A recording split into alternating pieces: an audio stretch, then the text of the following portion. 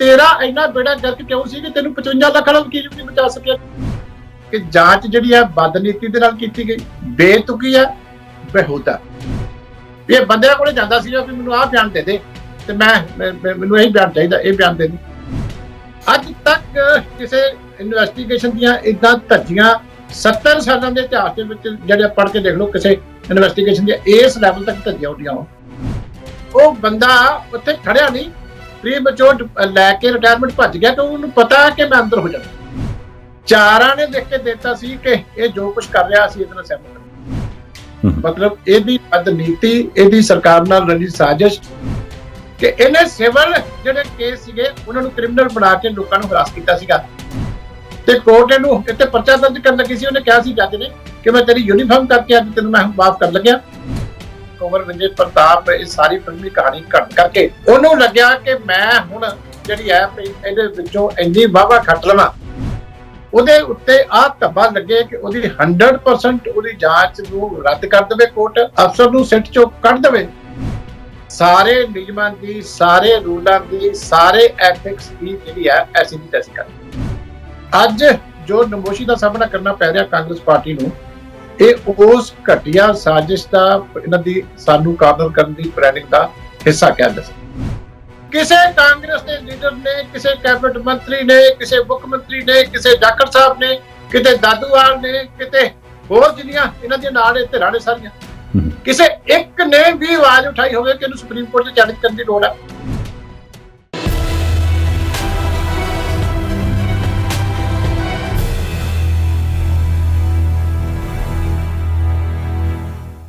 ਹਾਜ਼ਰੀ ਜੀ ਤੁਹਾਡੇ ਸਾਰਿਆਂ ਨਾਲ ਇੱਕ ਵਾਰ ਫਿਰ ਤੋਂ ਪ੍ਰੋਗਰਾਮ ਪ੍ਰਾਈਮ ਪੋਲਿਟਿਕਸ ਦੇ ਵਿੱਚ ਮੈਂ ਗੁਰਪ੍ਰੀਤ ਸੰਧਾਵਾਲੀਆ ਤੇ ਲੰਮਾ ਅਰਸਾ ਪੈ ਗਿਆ ਵਿੱਚ ਤੁਸੀਂ ਨੋਟ ਕਰਦੇ ਹੋਣੇ ਆ ਕਿ ਇਸ ਪ੍ਰੋਗਰਾਮ ਦੇ ਵਿੱਚ ਹਾਜ਼ਰੀ ਘਟ ਗਈ ਸੀ। ਉਹਦੇ ਪਿੱਛੇ ਕਾਰਨ ਇਹ ਵੀ ਰਿਹਾ ਕਿ ਪਿਛਲੇ ਸਮੇਂ 'ਚ ਇੱਕ ਤਾਂ ਕਰੋਨਾ ਸੀ ਵੱਧ ਗਿਆ, ਦੂਸਰਾ ਖੇਤੀ ਅੰਦੋਲਨ ਦਾ ਕਰਕੇ ਰਾਜਨੀਤੀ ਜਿਹੜੀ ਸੀ ਉਹ ਵੀ ਸਾਰਾ ਦਾ ਸਾਰਾ ਧਿਆਨ ਖੇਤੀ ਅੰਦੋਲਨ ਵਾਲੇ ਪਾਸੇ ਸੀ। ਪਰ ਜਿਵੇਂ ਜਿਵੇਂ ਹੁਣ ਖੇਤੀ ਅੰਦੋਲਨ ਇੱਕ ਪਾਸੇ ਹੋ ਰਿਹਾ, ਉਸ ਤੋਂ ਬਾਅਦ ਦੁਬਾਰਾ ਜਿਹੜੇ ਦੂਸਰੇ ਮੁੱਦੇ ਨੇ ਉੱਭਰ ਕੇ ਸਾਹਮਣੇ ਆ ਰਹੇ ਨੇ। ਇਸ ਤੋਂ ਇਲਾਵਾ 2022 ਦੀਆਂ ਇਲੈਕਸ਼ਨਾਂ ਵੀ ਨੇੜੇ ਆ ਰਹੀਆਂ, ਤਿਵੇਂ ਤਿਵੇਂ ਰਾਜਨੀਤੀ ਦੇ ਵਿੱਚ ਫਿਰ ਤੋਂ ਸਰਗਰਮੀ ਹੈ ਤੇ ਕੁਝ ਐਸੇ ਮੁੱਦੇ ਵੀ ਉੱਭਰ ਰਹੇ ਨੇ ਜਿਨ੍ਹਾਂ ਮੁੱਦਿਆਂ ਦੇ ਉੱਪਰ ਕਾਫੀ ਲੰਮੇ ਸਮੇਂ ਤੋਂ ਆਪ ਸਭ ਦਾ ਧਿਆਨ ਲੱਗਿਆ ਸੀ ਕਿ ਅਸਲ ਦੇ ਵਿੱਚ ਗੱਲ ਹੈ ਕਿ ਕੌਣ ਕਿੰਨਾ ਕੁ ਸੱਚਾ, ਕੌਣ ਕਿੰਨਾ ਕੁ ਝੂਠਾ, ਤੇ ਜਿਹੜੀਆਂ ਗੱਲਾਂ ਲੋਕ ਚਾਹੁੰਦੇ ਨੇ ਜਾਣਨੀਆਂ ਉਹਨਾਂ ਗੱਲਾਂ ਦਾ ਇਨਸਾਫ ਕਦੋਂ ਮਿਲੇਗਾ। ਹੁਣ ਜੇ ਆਪਾਂ ਗੱਲ ਕਰੀਏ ਇਸ ਵਕਤ ਮੁੱਦੇ ਦੀ, ਤਾਂ ਮੁੱਦਾ ਇਸ ਵਕਤ ਹੈ ਕੋਟਕਪੂਰਾ ਗੋਲੀकांड ਜਿਹੜਾ ਕਿ ਬੇਅਦਬੀ ਕਾਂਡ ਤੋਂ ਬਾਅਦ ਵਾਪਰਦਾ ਹੈ। ਉਹਦੇ ਲਈ ਇੱਕ ਲੰਮੀ ਚੌੜੀ ਜਾਂਚ ਹੁੰਦੀ ਹੈ। ਲੰਮੀ ਚੌੜੀ ਜਾਂਚ ਤੋਂ ਬਾਅਦ ਕੇਸ ਜਿਹੜਾ ਉਹ ਅਦਾਲਤ ਦੇ ਵਿੱਚ ਜਾਂਦਾ ਤੇ ਅਦਾਲਤ ਦੇ ਵਿੱਚੋਂ ਜੋ ਫੈਸਲਾ ਆਉਂਦਾ ਉਹ ਟੋਟਲੀ ਉਲਟ ਆਉਂਦਾ ਜੋ ਕਿ ਐਕਸਪੈਕਟ ਕੀਤਾ ਜਾ ਰਿਹਾ ਸੀ। ਹੁਣ ਜਿਹੜੀਆਂ ਧਿਰਾਂ ਇਹਦੇ ਨਾਲ ਇਨਵੋਲਵ ਸੀ ਉਹਨਾਂ ਦੇ ਵੱਖਰੇ ਵੱਖਰੇ ਬਿਆਨ ਨੇ। ਆਪਾਂ ਕੁੰਵਰ ਵਿਜੇ ਪ੍ਰਤਾਪ ਸਿੰਘ ਹੋਰਾਂ ਦੀ ਵੀ ਗੱਲ ਸੁਣੀ, ਇਸ ਤੋਂ ਇਲਾਵਾ ਕਾਂਗਰਸ ਪਾਰਟੀ ਨੇ ਵੀ ਆਪਣੀਆਂ ਗੱਲਾਂ ਕਹੀਆਂ। ਹੁਣ ਇੱਕ ਧਿਰ ਜਿਸ ਪਾਰਟੀ ਦੇ ਬਾਰੇ ਜਾਂ ਜਿਸ ਧਿਰ ਦਾ ਉਦੋਂ ਰਾਜ ਸੀ ਉਹਨਾਂ ਦੇ ਉੱਪਰ ਜਿਹੜੇ ਦੋਸ਼ ਲੱਗ ਰਹੇ ਨੇ, ਆਪਾਂ ਉਹਨਾਂ ਦਾ ਪੱਖ ਸੁਣਨ ਦੇ ਲਈ ਅੱਜ ਇਸ ਪ੍ਰੋਗਰਾਮ ਦੇ ਵਿੱਚ ਸੱਦਾ ਦਿੱਤਾ ਹੈ। ਸੀਨੀਅਰ ਲੀਡਰ ਨੇ ਆਪਣੇ ਨਾਲ ਸ਼੍ਰੋਮਣੀ ਅਕਾਲੀ ਦਲ ਤੋਂ ਡਾਕਟਰ ਦਲਜੀਤ ਸਿੰਘ ਚੀਮਾ ਸਾਹਿਬ। ਚੀਮਾ ਸਾਹਿਬ ਬਹੁਤ ਬਹੁਤ ਸਵਾਗਤ ਜੀ ਤੁਹਾਡਾ ਪ੍ਰੋਗਰਾਮ 'ਚ। ਮਿਹਰਬਾਨੀ ਜੀ, ਮਿਹਰਬਾਨੀ। ਚੀਮਾ ਸਾਹਿਬ ਦੇਖੋ ਗੱਲ ਆ ਕਿ ਵੀ ਕੁੱਲ ਮਿਲਾ ਕੇ ਜਿਹੜਾ ਮੁੱਦਾ ਹੈ ਲੰਮੇ ਸਮੇਂ ਤੋਂ ਲਟਕਦਾ ਇੰਨਾ ਕੁ ਲਟਕ ਗਿਆ ਕਿ ਹੁਣ ਬਹੁਤੇ ਲੋਕ ਇਹ ਕਹਿਣ ਲੱਗ ਪਿਆ ਕਿ ਸ਼ਾਇਦ ਇਹਦੇ 'ਚ ਹੁਣ ਇਨਸਾਫ ਨਾ ਮਿਲੇ।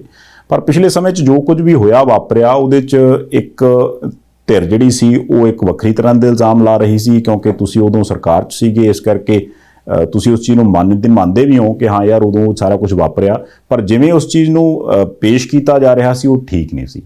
ਸੋ ਅੱਜ ਆਪਾਂ ਚਾਹੁੰਦੇ ਹਾਂ ਕਿ ਜ਼ਰੂਰ ਸ਼੍ਰੋਮਣੀ ਅਕਾਲੀ ਦਲ ਦਾ ਪੱਖ ਵੀ ਸਾਹਮਣੇ ਆਵੇ ਕਿ ਇਹ ਜੋ ਕੁਝ ਕੀਤਾ ਗਿਆ ਉਹ ਕੀ ਸੀ, ਜੋ ਫੈਸਲਾ ਆਇਆ ਉਹ ਕੀ ਹੋਇਆ, ਤੇ ਅਸਲ ਗੱਲ ਹੈ ਕਿੱਥੇ ਆ ਤੇ ਸਿਆਸਤ ਕਿੰਨੀ ਕਿਆ। ਦੇਖੋ ਗੱਲ ਹੈ ਜੀ ਸੰਧਾਵਾਲੀਆ ਸਾਹਿਬ, ਪਹਿਲੀ ਤਾਂ ਗੱਲ ਹੈ ਕਿ ਇਸ ਗੱਲ ਦਾ ਬੜਾ ਵੱਡਾ ਅਫਸੋਸ ਹੈ ਮੈਨੂੰ ਵੀ 4 ਸਾਲ ਦਾ ਸਮਾਂ ਜਿਹੜਾ ਇਸ ਸਰਕਾਰ ਕੋਲੇ ਸੀ ਜੀ, ਉਸ ਸ਼੍ਰੀ ਗੁਰੂ ਗ੍ਰੰਥ ਸਾਹਿਬ ਦੀ ਬੇਅਦਬੀ ਦੇ ਗੰਭੀਰ ਮੁੱਦੇ ਨੂੰ ਸਿੰਸੀਅਰਟੀ ਦੇ ਨਾਲ ਇਨਵੈਸਟੀਗੇਸ਼ਨ ਕਰਕੇ, ਮੈਰਿਟ ਦੇ ਉੱਤੇ ਇਨਵੈਸਟੀਗੇਸ਼ਨ ਕਰਕੇ ਕਿਸੇ ਸਿਰੇ ਦੇ ਉੱਤੇ ਪਹੁੰਚਾਉਣ ਦੀ, ਦੋਸ਼ੀਆਂ ਨੂੰ ਫੜਨ ਦੀ, ਉਹਨਾਂ ਨੂੰ ਸਜ਼ਾਵਾਂ ਦਿਵਾਉਣ ਦੀ ਬਹੁਤ ਵੱਡੀ ਖੁਸ਼ੀ ਸਾਨੂੰ ਮਿਲੀ।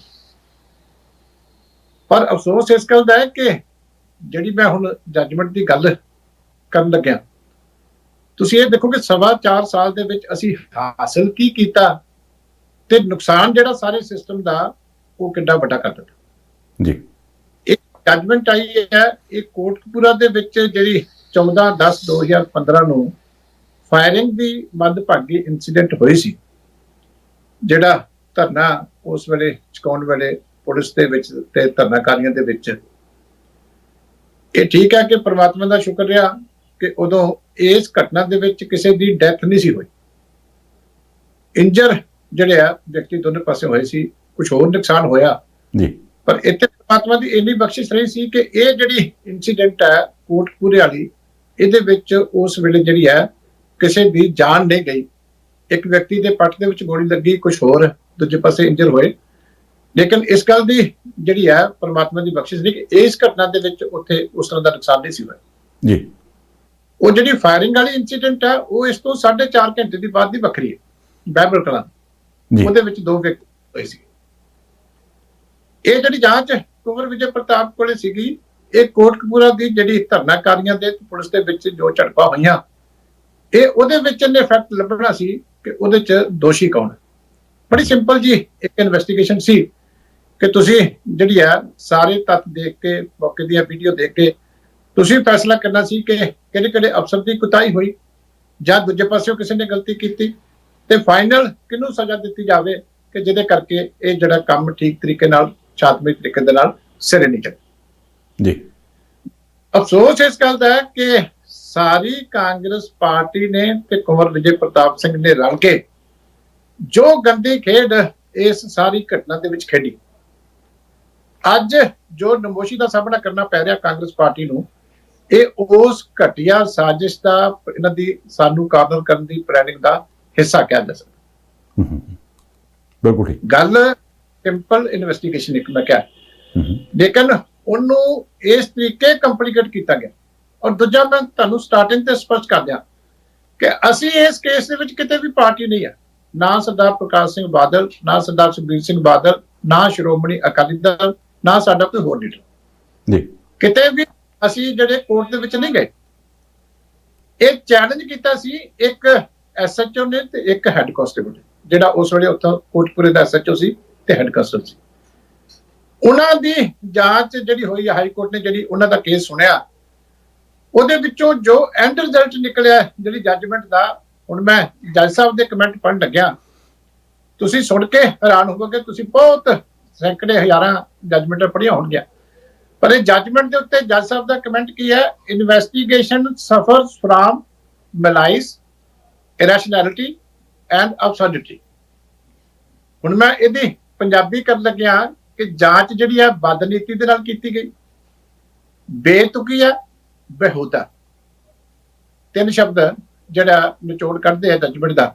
ਇਹ ਜੱਜ ਸਾਹਿਬ ਨੇ 99 ਪੇਜ ਦੀ ਜਿਹੜੀ ਹੈ ਉਹ ਜੱਜਮੈਂਟ ਦੇ ਵਿੱਚ ਲਿਖਿਆ ਕਿ ਇਹ ਜਾਂਚ ਜਿਹੜੀ ਹੈ ਬਦਨੀਤੀ ਨਾਲ ਕੀਤੀ ਗਈ, ਜਾਂਚ ਬੇਤੁਕੀ ਹੈ, ਜਾਂਚ ਬੇਹੂਦਾ, ਸਫਰਸ ਫਰਮ ਮਲਾਈਸ, ਇਰੈਸ਼ਨੈਲਿਟੀ ਐਂਡ ਅਬਸਰਡਿਟੀ।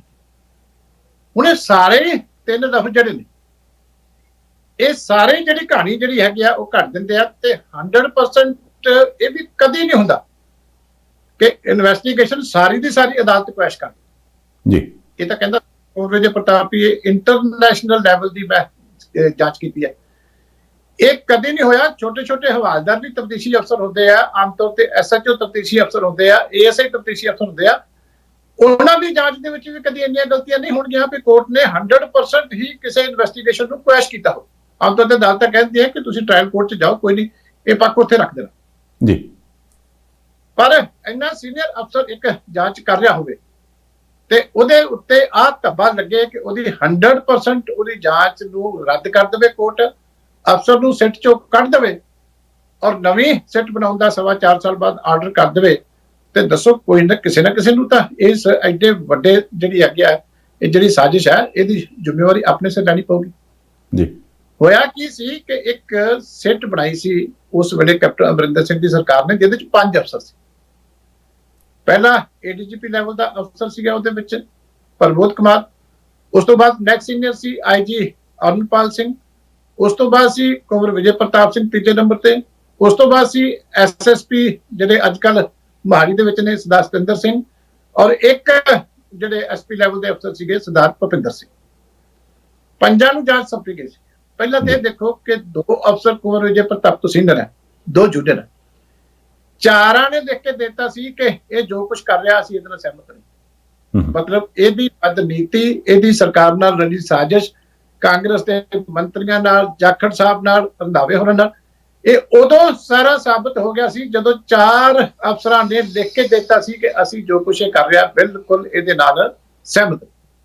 ਔਰ ਇਹ ਚੀਜ਼ ਜੱਜ ਦੇ ਵਿੱਚ ਜੱਜ ਸਾਹਿਬ ਨੇ ਲਿਖੀ ਹੈ ਵੀ ਇਹ ਕਿੱਦਾਂ ਹੋ ਸਕਦਾ। ਉਹਨਾਂ ਨੇ ਪੁੱਛਿਆ ਉਹਨਾਂ ਨੂੰ ਚਾਰਾਂ ਨੂੰ ਵੀ ਤੁਸੀਂ ਦੱਸੋ ਤੁਹਾਡੇ ਦਸਤਖਤ ਹੈ ਕਿ ਨਹੀਂ। ਕਿਸੇ ਨੇ ਜਵਾਬ ਨਹੀਂ ਦਿੱਤਾ, ਨਾ ਸਰਕਾਰ ਨੇ ਦੱਸਿਆ ਵੀ ਕਿਉਂ ਨਹੀਂ ਕੀਤੇ। ਦੇਖੋ, ਇੱਕ 5 ਮੈਂਬਰਾਂ ਦੀ ਟੀਮ ਬਣਾਈ ਜਾਂਦੀ ਹੈ। ਉਹ ਟੀਮ ਦੇ ਜਦੋਂ ਕੋਈ ਰਿਪੋਰਟ ਫਾਈਲ ਕਰਨੀ ਹੈ ਤਾਂ 5 ਦੇ ਦਸਤਖਤ ਹੁੰਦੇ ਆ। ਜਦੋਂ 4 ਨੇ ਰਿਟਰਨ ਹੀ ਡਿਸਐਗਰੀ ਕਰ ਦਿੱਤਾ ਡੀਜੀਪੀ ਨੂੰ ਲਿਖ ਕੇ ਕਿ ਅਸੀਂ ਜੋ ਕੁਝ ਇਹ ਸਾਜ਼ਿਸ਼ ਕਰ ਰਿਹਾ ਅਸੀਂ ਇਹਦਾ ਹਿੱਸਾ ਨਹੀਂ ਬਣ ਸਕਦੇ, ਇਹ ਗਲਤ ਹੈ, ਇਹ ਇਨਵੈਸਟੀਗੇਸ਼ਨ ਨਹੀਂ ਕਰ ਰਿਹਾ, ਇਹ ਕਾਂਗਰਸ ਦੇ ਨਾਲ ਰਲ ਕੇ ਗਲਤ ਕੰਮ ਕਰ ਰਿਹਾ। ਅੱਜ ਉਹ ਚੀਜ਼ਾਂ ਜੱਜ ਸਾਹਿਬ ਨੇ ਲਿਖੀਆਂ ਪਹਿਲੇ ਨੰਬਰ ਤੇ ਕਿ ਇਸ ਬੰਦੇ ਨੇ ਐਸਆਈਟੀ ਤੇ ਕਬਜ਼ਾ ਕਰ ਲਿਆ, ਪਰਸਨਲਾਈਜ਼ਡ ਮੈਨੀਫੈਕਚਰਡ ਫੰਕਸ਼ਨਿੰਗ, ਕਿ ਇਹਨੇ ਹੀ assert the power of the SIT. ਇਹ ਜੱਜ ਨੇ ਲਿਖਿਆ।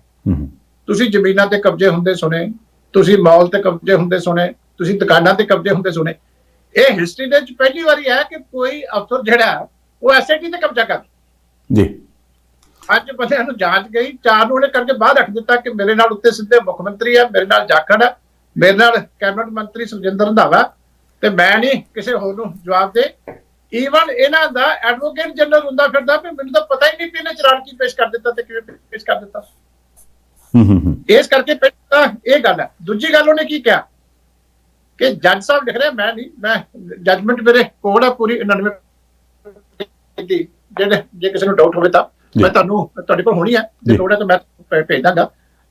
ਉੱਥੇ ਲਿਖਿਆ he went to the extent of manufacturing statement of witnesses to so it has designs. ਵੀ ਜਿਹੜੀ ਗੱਲ ਉਸ ਤਫਤੀਸ਼ੀ ਅਫਸਰ ਨੂੰ ਆਈਜੀ ਕੁੰਵਰ ਪ੍ਰਤਾਪ ਨੂੰ ਜਿਹੜੀ ਸੂਟ ਕਰਦੀ ਸੀ ਉਹਦੇ ਮੁਤਾਬਕ ਉਹ ਬਿਆਨ ਮੈਨੂਫੈਕਚਰ ਕਰਨ ਲੱਗ ਗਿਆ, ਮਤਲਬ ਆਪਣੀ ਮਨਮਰਜ਼ੀ ਦੇ ਬਿਆਨ ਕਰਨ ਲੱਗ ਗਿਆ ਕਿ ਤੂੰ ਇਸ ਚੀਜ਼ ਦੇ ਉੱਤੇ ਦਸਤਖਤ ਕਰਕੇ ਦੇ ਮੈਨੂੰ ਕਿ ਤੂੰ ਆਹ ਦਾ ਨਾਮ ਹੈ, ਇਸ ਬੰਦੇ ਦਾ ਨਾਮ ਹੈ, ਤੇ ਫਿਰ ਜਿਹੜੇ ਆ ਮੈਂ ਤੇਰੇ ਬਿਆਨ ਲੈਣੇ। ਇਹ ਜੱਜਮੈਂਟ ਦੇ ਵਿੱਚ ਆ, ਤੁਸੀਂ ਦੇਖੋ ਲਿਖਿਆ ਜੀ ਜੀ ਵੀ ਬਿਆਨ ਘੜਨ ਦਾ ਜਿਹੜਾ ਦੋਸ਼ ਹੈ ਉਹ ਆਈਜੀ ਦੇ ਉੱਤੇ ਲੱਗਦਾ। ਫਿਰ ਕੀ ਲਿਖਦੇ ਜੱਜ ਸਾਹਿਬ, the conclusions ਜਿਹੜੀਆਂ ਡਰਾ ਕੀਤੀਆਂ ਗਈਆਂ these were against the statements of witness।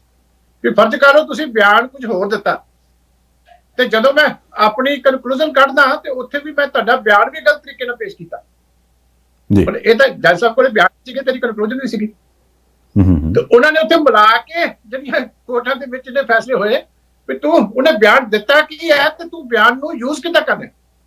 ਜਿਹੜੀ ਕਨਕਲੂਜਨ ਡਰਾ ਕੀਤੀ ਗਈ, ਇੱਕੋ ਹੀ ਅਫਸਰ ਨੇ 2 ਬੰਦਿਆਂ ਦੇ ਬਿਆਨ ਦੇ, ਇੱਕ ਐਫਆਈਆਰ 'ਚ ਹੋਰ ਬਿਆਨ ਲਿਖ ਦਿੱਤੇ, ਦੂਜੀ 'ਚ ਹੋਰ ਬਿਆਨ ਲਿਖ ਦਿੱਤੇ। ਤੁਸੀਂ ਸੋਚ ਸਕਦੇ ਵੀ ਇਹੋ ਜੀ ਜਿਹੜੀ ਜਾਂਚ ਹੈ ਇਹ ਕਿਤੇ ਵੀ ਕਿਸੇ ਅਦਾਲਤ ਦੇ ਵਿੱਚ ਜਿਹੜੀ ਇਹ ਖੜ ਸਕਦੀ। ਫਿਰ ਉਹਨੇ ਲਿਖਿਆ ਕਿ ਇਹਨੇ ਪੋਲੀਟੀਕਲ ਇੰਟਰਸਟ ਜਿਹੜਾ ਰੂਲਿੰਗ ਪਾਰਟੀ ਦਾ ਵਾਚ ਕੀਤਾ। ਇਹ ਜੱਜਮੈਂਟ ਦੇ ਵਿੱਚ ਹੈ ਜੀ। ਕੀ ਵਰਡ ਹੈ? Political interest of current dispensation qua investigation. ਹੁਣ ਦੱਸੋ ਵੀ ਇਸ ਤੋਂ ਵੱਡੀ, ਅੱਗੇ ਤਾਂ ਅਸੀਂ ਕਹਿੰਦੇ ਸੀ ਨਾ ਵੀ ਇਹ ਰਲਿਆ ਹੋਇਆ ਤੇ ਇਹ ਜਿਹੜਾ ਸ਼੍ਰੋਮਣੀ ਅਕਾਲੀ ਦਲ ਦੀ ਲੀਡਰਸ਼ਿਪ ਨੂੰ ਅਟੈਕ ਕਰ ਰਿਹਾ, ਤੇ ਅੱਗੇ ਉਸ ਤੋਂ ਅੱਗੇ ਕੀ ਲਿਖਦੇ ਆ ਜੱਜ ਸਾਹਿਬ। ਤੁਸੀਂ ਮੈਂ ਕਿਹਾ ਥੱਕ ਜਾਓਗੇ ਸੁਣ ਕੇ ਜੀ ਜੀ, ਤੁਹਾਨੂੰ ਲੱਗਣਾ ਖਰੇ ਮੈਂ ਮੈਂ ਤੁਹਾਨੂੰ ਜੱਜਮੈਂਟ ਨਾਲ ਦੀ ਨਾਲ ਹੀ ਹੁਣੇ ਭੇਜ ਦੂੰ ਸਾਰੀ। ਨਹੀਂ ਵਧੀਆ ਗੱਲ ਹੈ, ਤੁਸੀਂ ਚੀਫ ਸਾਹਿਬ ਦੱਸੋ। Political theatrics by repeatedly going to media against outgoing politician। ਇਹ ਡਰਾਮੇਬਾਜ਼ੀ ਕਰਦਾ ਰਿਹਾ ਵੀ ਵਾਰ-ਵਾਰ ਟੀਵੀਆਂ ਤੇ ਜਾ ਕੇ, ਚੈਨਲਾਂ ਤੇ ਜਾ ਕੇ, ਅਖਬਾਰਾਂ ਦੇ ਵਿੱਚ ਜਾ ਕੇ ਤੇ ਜਿਹੜੇ ਆਊਟਗੋਇੰਗ ਪੋਲੀਟੀਸ਼ੀਅਨ ਮਤਲਬ ਪਿਛਲੀ ਸਰਕਾਰ ਨੂੰ ਬਦਨਾਮ ਕਰਨ ਵਾਸਤੇ ਉੱਥੇ ਜਾਂਦਾ।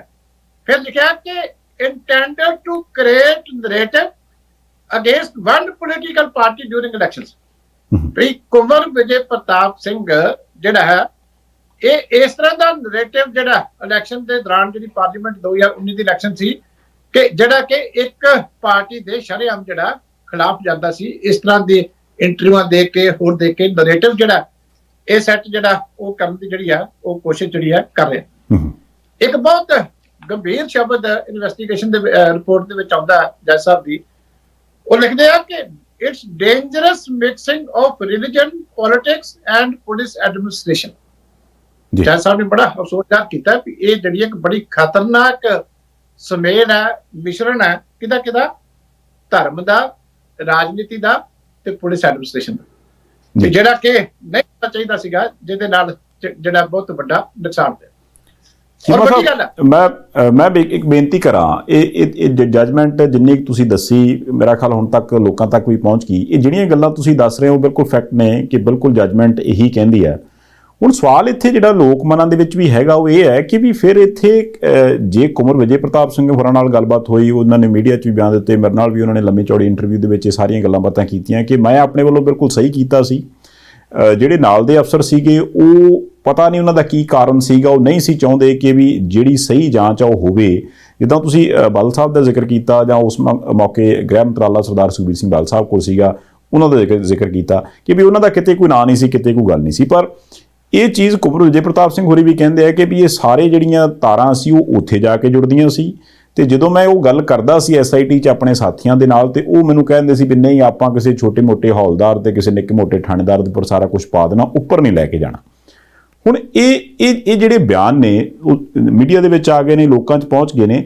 ਹੁਣ ਕਾਰਨ ਇਹ ਹੈ ਵੀ ਇੱਥੇ ਸੱਚ ਕੀ ਹੈ ਇਹ ਕਿੱਦਾਂ ਪਤਾ ਲੱਗੂਗਾ? ਕਿਉਂਕਿ ਜਿਹੜੀਆਂ ਗੱਲਾਂ ਤੁਸੀਂ ਦੱਸ ਰਹੇ ਹੋ ਜੇ ਉਹਨਾਂ ਨੂੰ ਕਹੀਏ ਤਾਂ ਉਹ ਵੀ ਸਹੀ ਲੱਗਦੀਆਂ ਨੇ, ਜਿਹੜੀਆਂ ਗੱਲਾਂ ਉਹ ਕਹਿੰਦੇ ਨੇ ਉਹ ਵੀ ਸਹੀ ਲੱਗਦੀਆਂ ਨੇ। ਜਿਹੜਾ ਹੁਣ ਤੁਸੀਂ ਜਾਖੜ ਸਾਹਿਬ ਤੇ ਰੰਧਾਵਾ ਸਾਹਿਬ ਦਾ ਜ਼ਿਕਰ ਕੀਤਾ ਵੀ ਉਹਨਾਂ ਦਾ ਬੰਦਾ ਸੀ ਜਾਂ ਕਿੱਦਾਂ ਸੀ, ਉਹ ਤਾਂ ਕੈਪਟਨ ਸਾਹਿਬ ਨੇ ਵੀ ਕਹਿਤਾ ਵੀ ਤੁਸੀਂ ਵਿੱਚ ਪਾਇਆ ਸੀ। ਇਹ ਗੱਲਾਂ ਹੁਣ ਲਗਭਗ ਸਾਰੀਆਂ ਕਲੀਅਰ ਹੋ ਗਈਆਂ, ਪਰ ਜਿਹੜੀ ਚੀਜ਼ ਕਲੀਅਰ ਨਹੀਂ ਹੋ ਰਹੀ ਉਹ ਇਹ ਨਹੀਂ ਹੋ ਰਹੀ ਕਿ ਵੀ ਇੰਨਾ ਸਮਾਂ ਇਸ ਚੀਜ਼ ਨੂੰ ਲੱਗ ਕਿਉਂ ਗਿਆ। ਦੇਖੋ, ਲੱਗ ਤੇ ਇਹ ਗਿਆ ਕਿ ਕੈਪਟਨ ਅਮਰਿੰਦਰ ਸਿੰਘ ਹੋਰੀ ਪਿਛਲੀ ਇਲੈਕਸ਼ਨ ਦੇ ਵਿੱਚ ਇਹਨਾਂ ਨੇ ਜਿਹੜਾ ਗੰਭੀਰ ਮੁੱਦਾ ਸੀ ਬੇਅਦਬੀਆਂ ਦਾ ਜੀ, ਉਹਦੇ ਉੱਤੇ ਲੋਕਾਂ ਨੂੰ ਭੜਕਾ ਕੇ ਨਾਲ ਇਹਨਾਂ ਤੇ ਆਮ ਆਦਮੀ ਪਾਰਟੀ ਲੱਗੀ। ਸਾਰਾ ਮੁੱਦਾ ਉਦੋਂ ਇਹਨਾਂ ਨੇ ਫੋਕਸ ਕਰ ਲਿਆ ਕਿ ਧਾਰਮਿਕ ਮੁੱਦੇ ਦੇ ਉੱਤੇ ਕਿ ਤੁਸੀਂ ਜੀ ਇਹ ਬਾਦਲਾਂ ਨੇ ਕਰਾਇਆ, ਇਹ ਫਲਾਣੇ ਨੇ ਕਰਾਇਆ। ਹਾਲਾਂਕਿ ਸਾਰੀ ਦੁਨੀਆ ਨੂੰ ਪਤਾ ਸੀ ਕਿ ਕੋਈ ਗੁਰੂ ਗ੍ਰੰਥ ਸਾਹਿਬ ਦੀ ਬੇਅਦਬੀ ਜਿਹੜਾ ਕੋਈ ਵੀ ਸਿੱਖ ਕੀ ਦੂਜੇ ਧਰਮ ਦਾ ਬੰਦਾ ਵੀ ਜਿਹੜਾ ਸਹੀ ਸੋਚ ਵਾਲਾ ਕਦੀ ਕੁਝ ਸੋਚ ਨਹੀਂ ਸਕਦਾ। ਪਰ ਇਹਨਾਂ ਨੇ ਨੈਰੇਟਿਵ ਇਸ ਤਰ੍ਹਾਂ ਦਾ ਕ੍ਰੀਏਟ ਕਰ ਦਿੱਤਾ ਕਿ ਤੁਸੀਂ ਸਾਡੀ ਸਰਕਾਰ ਬਣਾ ਦਿਓ, ਅਸੀਂ ਇਹਨਾਂ ਨੂੰ ਚੱਕ ਕੇ ਤੁਹਾਡੇ ਸਾਹਮਣੇ ਅੰਦਰ ਦੇ ਦਿਆਂ ਜੀ। ਇਹ ਕਦੀ ਵੀ ਇਹ ਚੀਜ਼ਾਂ ਮੈਨੀਫੈਸਟੋ ਦਾ ਹਿੱਸਾ ਨਹੀਂ ਹੋ ਸਕਦੀਆਂ। ਸਾਡੀ ਬਦਕਿਸਮਤੀ ਆ ਸਾਡੀ ਧਰਤੀ ਦੀ ਕਿ ਸਾਡੀ ਜਿਹੜੀ ਮੈਨੀਫੈਸਟੋ ਦੇ ਵਿੱਚ ਇਹ ਚੀਜ਼ਾਂ ਵੀ ਆ ਜਾਂਦੀਆਂ ਕਿ ਜਿਹੜਾ ਕੰਮ ਲੀਗਲ ਹੈ, ਜਿਹੜਾ ਇਨਵੈਸਟੀਗੇਸ਼ਨ ਦਾ ਪਾਰਟ ਹੈ ਜੀ, ਉਹ ਵੀ ਪੋਲੀਟੀਕਲ ਪਾਰਟੀਆਂ ਪਹਿਲਾਂ ਜੱਜਮੈਂਟਾਂ ਅਨਾਉਂਸ ਕਰ ਦਿੰਦੀਆਂ। ਚੀਫ ਮਿਨਿਸਟਰ ਜਿਹੜੇ ਬਣਨ ਤੋਂ ਪਹਿਲਾਂ ਜੱਜਮੈਂਟਾਂ ਅਨਾਉਂਸ ਕਰ ਦਿੰਦੇ ਆ, ਤੇ ਫਿਰ ਬਾਅਦ ਚ ਜਾ ਕੇ ਜਦੋਂ ਉਸ ਜੱਜਮੈਂਟ ਦੇ ਮੁਤਾਬਕ ਅਫਸਰ ਲੱਭਦੇ ਆ ਕਿ ਇਹ ਜਿਹੜੀ ਸਕ੍ਰਿਪਟ ਹੈ ਇਹਨੂੰ ਕਿਹੜਾ ਅਫਸਰ ਚੰਗੇ ਤਰੀਕੇ ਦੇ ਨਾਲ ਡਾਇਰੈਕਟ ਕਰਕੇ ਫਿਲਮ ਬਣਾ ਸਕਦਾ, ਉਹਦੇ ਵਿੱਚ ਗੜਬੜ ਹੋਈ ਕਿ ਜਿਹੜਾ ਡਾਇਰੈਕਟਰ ਇਹਨਾਂ ਨੇ ਚੂਜ਼ ਕੀਤਾ ਕੁੰਵਰ ਵਿਜੇ ਪ੍ਰਤਾਪ, ਇਹ ਸਾਰੀ ਫਿਲਮੀ ਕਹਾਣੀ ਘੜਨ ਕਰਕੇ ਉਹਨੂੰ ਲੱਗਿਆ ਕਿ ਮੈਂ ਹੁਣ ਜਿਹੜੀ ਹੈ ਇਹਦੇ ਵਿੱਚੋਂ ਇੰਨੀ ਵਾਹਵਾ ਖੱਟ ਲਵਾਂ, ਤੇ ਉਹਨੇ ਸਾਰੇ ਨਿਯਮਾਂ ਦੀ, ਸਾਰੇ ਰੂਲਾਂ ਦੀ, ਸਾਰੇ ਐਥਿਕਸ ਦੀ ਜਿਹੜੀ ਹੈ ਐਸੀ ਦੀ ਤੈਸੀ ਕਰ ਦਿੱਤੀ ਜੀ। ਉਹ ਹੀਰੋ ਯੂਨੀਫਾਰਮ ਦੇ ਵਿੱਚ ਆ। ਹੁਣ CM ਸਾਹਿਬ ਵਾਲੀ ਗੱਲ ਕਰਨੀ ਬਹੁਤ ਜ਼ਰੂਰੀ ਆ। ਦੇਖੋ, ਅਸੀਂ ਜਿਹੜੇ ਆ ਇਹਦਾ ਕੋਈ ਪਟੀਸ਼ਨਰ ਨਹੀਂ ਹੈਗੇ ਜੱਜ ਦੇ ਵਿੱਚ। ਇਹ ਕੁਦਰਤੀ ਜਿਹੜੀ ਆ, ਕਹਿੰਦੇ ਨਾ ਕਿ ਕੂੜ ਕੱਟੇ ਨਾਨਕਾ ਉੜ ਸੱਚ ਰਹੀ, ਇਹ ਗੱਲਾਂ ਕੁਦਰਤੀ ਉੱਥੇ ਡਿਸਕਸ਼ਨ ਦੇ ਵਿੱਚ ਆਈਆਂ। ਉਹਨਾਂ ਨੇ ਆਪਣੇ ਹੱਕ ਦੇ ਵਿੱਚ ਪੇਸ਼ ਕੀਤੀਆਂ ਜਿਹੜੇ ਪਟੀਸ਼ਨਰ ਸੀਗੇ, ਤੇ ਗੱਲਾਂ ਜੱਜ ਸਾਹਿਬ ਦੇ ਸਾਹਮਣੇ ਖੁੱਲੀਆਂ ਤੇ ਉਹਦੇ ਤੇ ਕਮੈਂਟ ਹੋਏ ਜੀ। ਹੁਣ ਜੱਜ ਸਾਹਿਬ ਜਿਹੜੀ ਆ ਪੇਜ ਨੰਬਰ 73 ਹੈ ਜੱਜਮੈਂਟ ਦਾ, ਜਿਹਦੇ ਚ ਜਿਹੜੀ CM ਸਾਹਿਬ ਨੇ 2:30 ਵਜੇ DGP ਨੂੰ ਟੈਲੀਫੋਨ ਕਰਕੇ ਪੁੱਛਿਆ ਵੀ ਹਾਲਾਤ ਕੀ ਹੈ, ਵੀ ਟੈਨਸ਼ਨ ਕਿਸ ਤਰ੍ਹਾਂ ਦੀ ਹੈ, ਆਰਾਮ ਨਾਲ ਕੋਸ਼ਿਸ਼ ਕਰੋ ਵੀ ਪੀਸਫੁਲੀ ਕਿਸੇ ਤਰੀਕੇ ਮਸਲਾ ਹੱਲ ਹੋਵੇ। ਉਸ ਟੈਲੀਫੋਨ ਦਾ ਇੰਨਾ ਇਹਨਾਂ ਨੇ ਗਲਤ ਜਿਹੜਾ ਮਹਿਸੂਸ ਕੀਤਾ ਕਿ ਉਹਨੂੰ ਇੱਕ ਕਨਸਪੀਰੇਸੀ ਦੇ ਤੌਰ ਤੇ ਪੇਸ਼ ਕਰ ਦਿੱਤਾ ਕਿ ਜਿਹੜਾ ਗੋਲੀ ਬੰਬ ਦੇ ਆਰਡਰ ਬਦਲ ਦਿੱਤੇ। ਇੰਨੀ ਕੋਈ ਇਹਨਾਂ ਦੀ ਗੱਲ ਸੀ। ਹੁਣ ਅਦਾਲਤ ਕੀ ਲਿਖਦੀ ਹੈ ਤੇ that the chief minister talking to DGP of state in times of a situation where land orders is disturbed is appreciable। ਬਸ ਸੋਚਦੇ ਫਰਕ ਹੈ ਨਾ। ਹੁਣ ਜੱਜ ਕਹਿ ਰਿਹਾ ਵੀ ਜੇ ਮੁੱਖ ਮੰਤਰੀ ਅੱਧੀ ਰਾਤ ਨੂੰ ਜਿਹੜਾ ਉਹ ਉੱਥੇ ਪੁੱਛ ਰਿਹਾ ਪ੍ਰਸ਼ਾਸਨ ਨੂੰ ਕਿਸੇ ਲੈਂਡ ਆਰਡਰ ਦੀ ਸਥਿਤੀ ਦੇ ਵਿੱਚ, ਤੇ ਇਹਨੂੰ ਐਪਰੀਸ਼ੀਏਟ ਕਰਨ ਦੀ ਬਜਾਏ ਤੁਸੀਂ ਇਹਨੂੰ ਕਨਸਪੀਰੇਸੀ ਦੇ ਤੌਰ ਤੇ ਕਿਵੇਂ ਪੇਸ਼ ਕੀਤਾ? ਇਹਨਾਂ ਨੂੰ ਜਵਾਬ ਨਹੀਂ ਆਇਆ ਉਸ ਗੱਲ ਦਾ।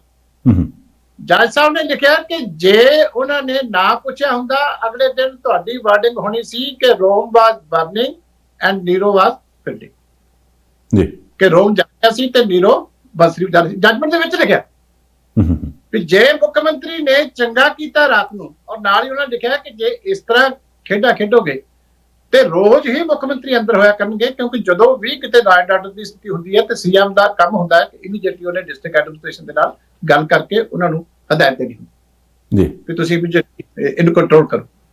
ਤੇ ਇਹਦਾ ਵੱਲੋਂ ਤੁਸੀਂ ਰੋਜ਼ ਹੀ ਚੀਫ ਮਿਨਿਸਟਰ ਨੂੰ ਦੇ ਦਿਆ ਕਰੋਗੇ। ਇਸ ਗੱਲ ਦਾ ਜਵਾਬ ਪੁੱਛਿਆ ਗਿਆ ਉਹਨਾਂ ਨੂੰ, ਤਾਂ ਹੀ ਤਾਂ ਕਿਹਾ ਨਾ ਵੀ ਇਹਨਾਂ ਨੂੰ ਕਿਸੇ ਗੱਲ ਦਾ ਨਹੀਂ ਆਇਆ। ਫਿਰ ਉਹਨਾਂ ਨੇ ਇਹ ਵੀ ਲਿਖਿਆ ਕਿ ਇਹਦੀਆਂ ਫੈਂਟੇਸੀਜ਼, ਹਾਈਟ ਆਫ ਫੈਂਟੇਸੀਜ਼, ਵੀ ਬੰਦਾ ਜਾਂਚ ਕਰ ਰਿਹਾ ਹੈ ਕਿ ਇੱਕ ਪਾਸੇ ਪ੍ਰੋਟੈਸਟਰ ਖੜੇ ਆ, ਇੱਕ ਪਾਸੇ ਪੁਲਿਸ ਖੜੀ ਹੈ, ਤੇ ਉੱਥੇ ਜਿਹੜੀ ਹੈ ਲਾਅ ਐਂਡ ਆਰਡਰ ਦੀ ਸਥਿਤੀ ਡਿਵੈਲਪ ਹੋਈ ਹੈ, ਦੇਖਣਾ ਹੈ ਵੀ ਦੋਨਾਂ ਚੋਂ ਗਲਤ ਕੌਣ ਹੈ। ਤੇ ਤੂੰ ਅਕਸ਼ੇ ਕੁਮਾਰ ਤੋਂ ਬੰਬੇ ਕਿੱਦਾਂ ਪਹੁੰਚ ਗਿਆ? ਜੱਜ ਨੇ ਪੁੱਛਿਆ ਕਿ ਹਾਈਟ ਆਫ ਫੈਂਟੇਸੀ ਹੈ, ਵੀ ਤੂੰ ਇੱਕ ਫਿਲਮ ਸਟਾਰ ਦੇ ਉੱਤੇ ਜਾ ਕੇ ਸੋਚਣ ਲੱਗ ਗਿਆ ਵੀ ਇੱਥੇ 7-8 ਮਿੰਟ ਦੇ ਵਿੱਚ ਵਾਇਲੈਂਸ ਹੋਇਆ, ਤੇ ਤੂੰ ਫਿਲਮ ਸਟਾਰ ਕੋਲੇ ਪਹੁੰਚ ਗਿਆ। ਕਿਸੇ ਗੱਲ ਦਾ ਜਵਾਬ ਨਹੀਂ ਆਇਆ ਇਹਨੂੰ ਉੱਥੇ ਕਿ ਕੋਰਟ ਦੇ पेज नंबर 75 ਤੇ ਜਿੱਤਾ ਲਿਖਿਆ ਹੋਇਆ ਨੇ ਕਿ respondent number 3 has gone to the height of his fantasy when he brought in film actor Akshay Kumar into picture as part of the conspiracy। ਜੀ ਹੁਣ ਦੱਸੋ ਕਿ ਕਿੱਥੇ ਜਾ ਕੇ ਜਿਹੜੀ ਹੈ ਇਸ ਇਨਵੈਸਟੀਗੇਸ਼ਨ ਨੂੰ ਜਿਹੜਾ ਹੈਗਾ ਤੁਸੀਂ ਖੜਾ ਕਰੋਗੇ। ਕੋਈ ਮੈਂ ਕਹਿੰਦਾ ਕਿ ਧੱਜੀਆਂ ਜਿਹਨੂੰ ਕਹਿੰਦੇ ਨਾ, ਧੱਜੀਆਂ ਜਿਹੜੀਆਂ ਫਿਰ ਲਿਖਿਆ that the respondent number page number 77 ਹੈ ਜਜਮੈਂਟ ਦਾ, that respondent number 3 Kanwar Vijay Pratap has been manipulating statements of witnesses to suit his illegal designs। ਇਹ ਬੰਦਿਆਂ ਕੋਲੇ ਜਾਂਦਾ ਸੀਗਾ ਕਿ ਮੈਨੂੰ ਆਹ ਬਿਆਨ ਦੇ ਦੇ ਤੇ ਮੈਨੂੰ ਇਹ ਬਿਆਨ ਚਾਹੀਦਾ, ਇਹ ਬਿਆਨ ਦੇ ਦੇ, ਦੱਸੋ ਇਹਨੂੰ ਇਨਵੈਸਟੀਗੇਸ਼ਨ ਕਹੋ। ਅੱਛਾ ਚੀਮਾ ਸਾਹਿਬ, ਇੱਕ ਚੀਜ਼ ਮੈਂ ਹੋਰ ਬੇਨਤੀ ਕਰਨੀ ਚਾਹੁੰਦਾ, ਇਹ ਜਜਮੈਂਟ ਜਿਸ ਤਰ੍ਹਾਂ ਆਈ ਜਿਹਦੇ ਵਿੱਚ ਪੁਆਇੰਟ ਨੇ, ਕਿਉਂਕਿ ਪੁਆਇੰਟ ਵੈਲਿਡ ਮੰਨੇ ਗਏ, ਇਸੇ ਕਰਕੇ ਜੋ ਮੌਜੂਦਾ ਪੰਜਾਬ ਸਰਕਾਰ ਦੀ ਮੀਟਿੰਗ ਹੋਈ ਹੈ ਉਹਦੇ ਵਿੱਚ ਵੀ ਜਿੱਦਾਂ ਏਜੀ ਹੋਰਾਂ ਨੇ ਵੀ ਕਿਹਾ ਜਾਂ ਬਾਕੀ ਮੈਂਬਰਾਂ ਨੇ ਵੀ ਕਿਹਾ ਕਿ ਵੀ ਉਹ ਜਿਹੜੇ ਪੁਆਇੰਟ ਵਾਕਿਆ ਵੈਲਿਡ ਲੱਗਦੇ ਨੇ ਉਹਨਾਂ ਨੂੰ ਛੱਡ ਕੇ ਜਿਹੜੇ ਦੂਸਰੇ ਪੁਆਇੰਟ ਨੇ ਜਿਹੜੇ ਇਨਵੈਸਟੀਗੇਸ਼ਨ ਦੇ ਵਿੱਚ ਸਹੀ ਪਾਏ ਗਏ ਜਾਂ ਜਿਹਦੀ ਜਜਮੈਂਟ ਦੇ ਵਿੱਚ ਜੱਜ ਸਾਹਿਬ ਨੇ ਵੀ ਕਿਹਾ ਵੀ ਹਾਂ ਇਹ ਠੀਕ ਹੈ, ਇਸ ਪਾਸੇ ਲੀਡ ਕਰਦੇ ਆ, ਉਹਨਾਂ ਨੂੰ ਤੁਸੀਂ ਸਹੀ ਮੰਨਦੇ ਹੋ ਕਿ ਕੁਛ ਨਾ ਕੁਛ ਜਾਂਚ ਤਾਂ ਸਹੀ ਹੋਈ ਹੈ ਜਾਂ ਟੋਟਲੀ ਬਾਇਸ ਹੋ ਗਿਆ ਜੀ ਸਾਰਾ ਕੁਝ? ਨਹੀਂ, ਜਾਂਚ ਤਾਂ ਰਹੀ ਨਹੀਂ, ਜੱਜ ਸਾਹਿਬ ਨੇ ਤਾਂ ਕੋਸ਼ਿਸ਼ ਹੀ ਕਰ ਦਿੱਤੀ, ਜਾਂਚ ਕਿੱਥੇ ਰਹੀ? ਤੇ ਨਹੀਂ ਆਪਾਂ ਅਲੱਗ-ਅਲੱਗ ਚਲਾਣਾ ਦੀ ਗੱਲ ਕਰ ਲਈਏ ਵੀ ਜੋ ਕੁਝ ਕੀਤਾ ਗਿਆ ਉਹਦੇ ਵਿੱਚੋਂ ਕੁਝ ਜਾਪਦਾ ਤੁਹਾਨੂੰ ਵੀ ਕੁਝ ਕਿਸੇ ਪਾਸੇ ਸਹੀ ਹੋਇਆ? ਮੈਂ ਤੁਹਾਡੀ ਗੱਲ ਦੱਸਦਾ, ਬਹੁਤ ਵਾਰੀ ਹੁੰਦਾ ਹੈ ਕਿ ਜਾਂਚ ਅਫਸਰ ਚੇਂਜ ਕਰ ਦਿੱਤਾ ਜਾਂਦਾ, ਉਹਦੀ ਇਨਵੈਸਟੀਗੇਸ਼ਨ ਕੀ ਹੈ ਉਹ ਕੋਰਟ ਅਲਾਉ ਕਰ ਦਿੰਦੀ ਹੈ ਕਿ ਇਹਨੂੰ ਚੈੱਕ ਕਰ ਲਓ, ਇਹਦੇ ਵਿੱਚ ਜੋ ਕੁਝ ਠੀਕ ਹੈ ਤੁਸੀਂ ਰੱਖ ਲਓ ਜੀ। ਹਮੇਸ਼ਾ ਹੁੰਦਾ ਆਮ ਤੌਰ ਤੇ ਕਿ ਕੋਰਟ ਕੀ ਕਰਦੀ ਹੈ ਕਿ ਜੇ ਕਿਸੇ ਇਨਵੈਸਟੀਗੇਸ਼ਨ ਅਫਸਰ ਦੇ ਉੱਤੇ ਕੋਈ ਇਹਦਾ ਪਾਰਟੀਜ਼ਨ ਰੋਲ ਦੀ ਐਲੀਗੇਸ਼ਨ ਲੱਗ ਜਾਵੇ ਜਾਂ ਸਾਬਤ ਹੋ ਜਾਵੇ ਤੇ ਜਾਂਚ ਦਾ ਟਾਈਮ ਨਾ ਵੇਸਟ ਹੋਵੇ, ਅਦਾਲਤ ਇਹ ਕਹਿੰਦੀ ਹੈ ਕਿ ਤੁਸੀਂ ਜਿਹੜੀ ਹੁਣ ਤੱਕ ਦੀ ਜਾਂਚ ਹੋਈ ਹੈ ਇਹ ਰਿਕਾਰਡ ਤੇ ਲੈ ਲਓ, ਇਹਦੇ ਚ ਜੋ ਅਗਲੀ ਜਿਹੜਾ ਇਨਵੈਸਟੀਗੇਸ਼ਨ ਅਫਸਰ ਦੇਖ ਲਵੇ ਜੋ ਇਹ ਚ ਠੀਕ ਹੈ ਉਹ ਲੈ ਸਕਦਾ ਜੀ, ਵੀ ਉਹਨੂੰ ਠੀਕ ਲੱਗੇ ਤਾਂ ਉਹਦੀ ਚਾਇਸ ਤੇ ਛੱਡ ਦਿੱਤੀ ਜਾਂਦੀ ਹੈ।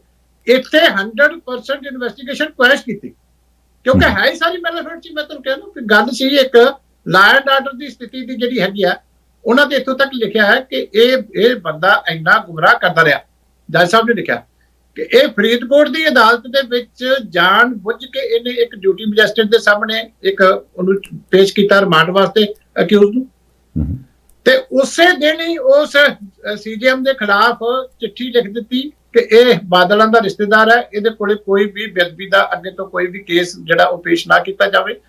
ਸੈਸ਼ਨ ਜੱਜ ਕੋਲ ਉਹਦੀ ਕੰਪਲੇਂਟ ਕਰ ਦਿੱਤੀ ਤੇ ਨਾਲ ਦੀ ਨਾਲ ਮੀਡੀਆ ਨੂੰ ਲੀਕ ਕਰ ਦਿੱਤੀ। ਜੱਜ ਸਾਹਿਬ ਨੇ ਲਿਖਿਆ ਵੀ ਇਹਨੇ ਇੰਨੇ ਸ਼ਾਤਰ ਤਰੀਕੇ ਨਾਲ ਕੰਮ ਕੀਤਾ ਕਿ ਜੋ ਇਹ ਰਿਜ਼ਲਟ ਚਾਹੁੰਦਾ ਸੀ ਬਦਨਾਮ ਕਰਨਾ, ਅਗਲੇ ਦਿਨ ਅਖਬਾਰਾਂ ਦੀ ਉਹ ਸਾਰੀਆਂ ਚੀਜ਼ਾਂ ਸੁਰਖੀਆਂ ਬਣੀਆਂ। ਹੁਣ ਦੱਸੋ ਕਿੱਥੇ ਡਿਫੈਂਡ ਕਰੂਗਾ? ਉਹਨਾਂ ਨੇ ਸੈਸ਼ਨ ਜੱਜ ਦੀ ਐਕਸਪਲੇਨੇਸ਼ਨ ਕਾਲ ਕੀਤੀ ਹੈ ਵੀ ਤੂੰ ਐਂਟਰਟੇਨ ਕਿਉਂ ਕੀਤੀ ਇਹਦੀ ਐਪਲੀਕੇਸ਼ਨ, ਇਹਦਾ ਰਾਈਟ ਕੀ ਸੀਗਾ ਕਿ ਐਡਮਿਨਿਸਟ੍ਰੇਟਿਵ ਸਾਈਡ ਦੇ ਉੱਤੇ ਕਿਸੇ ਜੱਜ ਦੇ ਖਿਲਾਫ ਇਹ ਲਿਖਦਾ। ਫਿਰ ਇਹਨੇ ਹਾਈ ਕੋਰਟ ਤੋਂ ਝੂਠ ਬੋਲਿਆ ਕਿ 2 ਜੱਜਾਂ ਨੇ ਮੈਨੂੰ ਐਪਰੀਸ਼ੀਏਟ ਕੀਤਾ ਉਹ ਐਡਮਿਨਿਸਟ੍ਰੇਟਿਵ ਸਾਈਡ, ਉਹਨਾਂ ਨੇ ਰਿਕਾਰਡ ਹਾਈ ਕੋਰਟ ਦਾ ਲੈ ਕੇ ਲਿਖਿਆ ਕਿ ਇਹਨੇ ਸਾਨੂੰ ਵੀ ਗੁੰਮਰਾਹ ਕੀਤਾ, ਕਿਸੇ ਹਾਈ ਕੋਰਟ ਦੇ ਜੱਜ ਨੇ ਅੱਜ ਤੱਕ ਇਹਨੂੰ ਐਪਰੀਸ਼ੀਏਟ ਨਹੀਂ ਕੀਤਾ।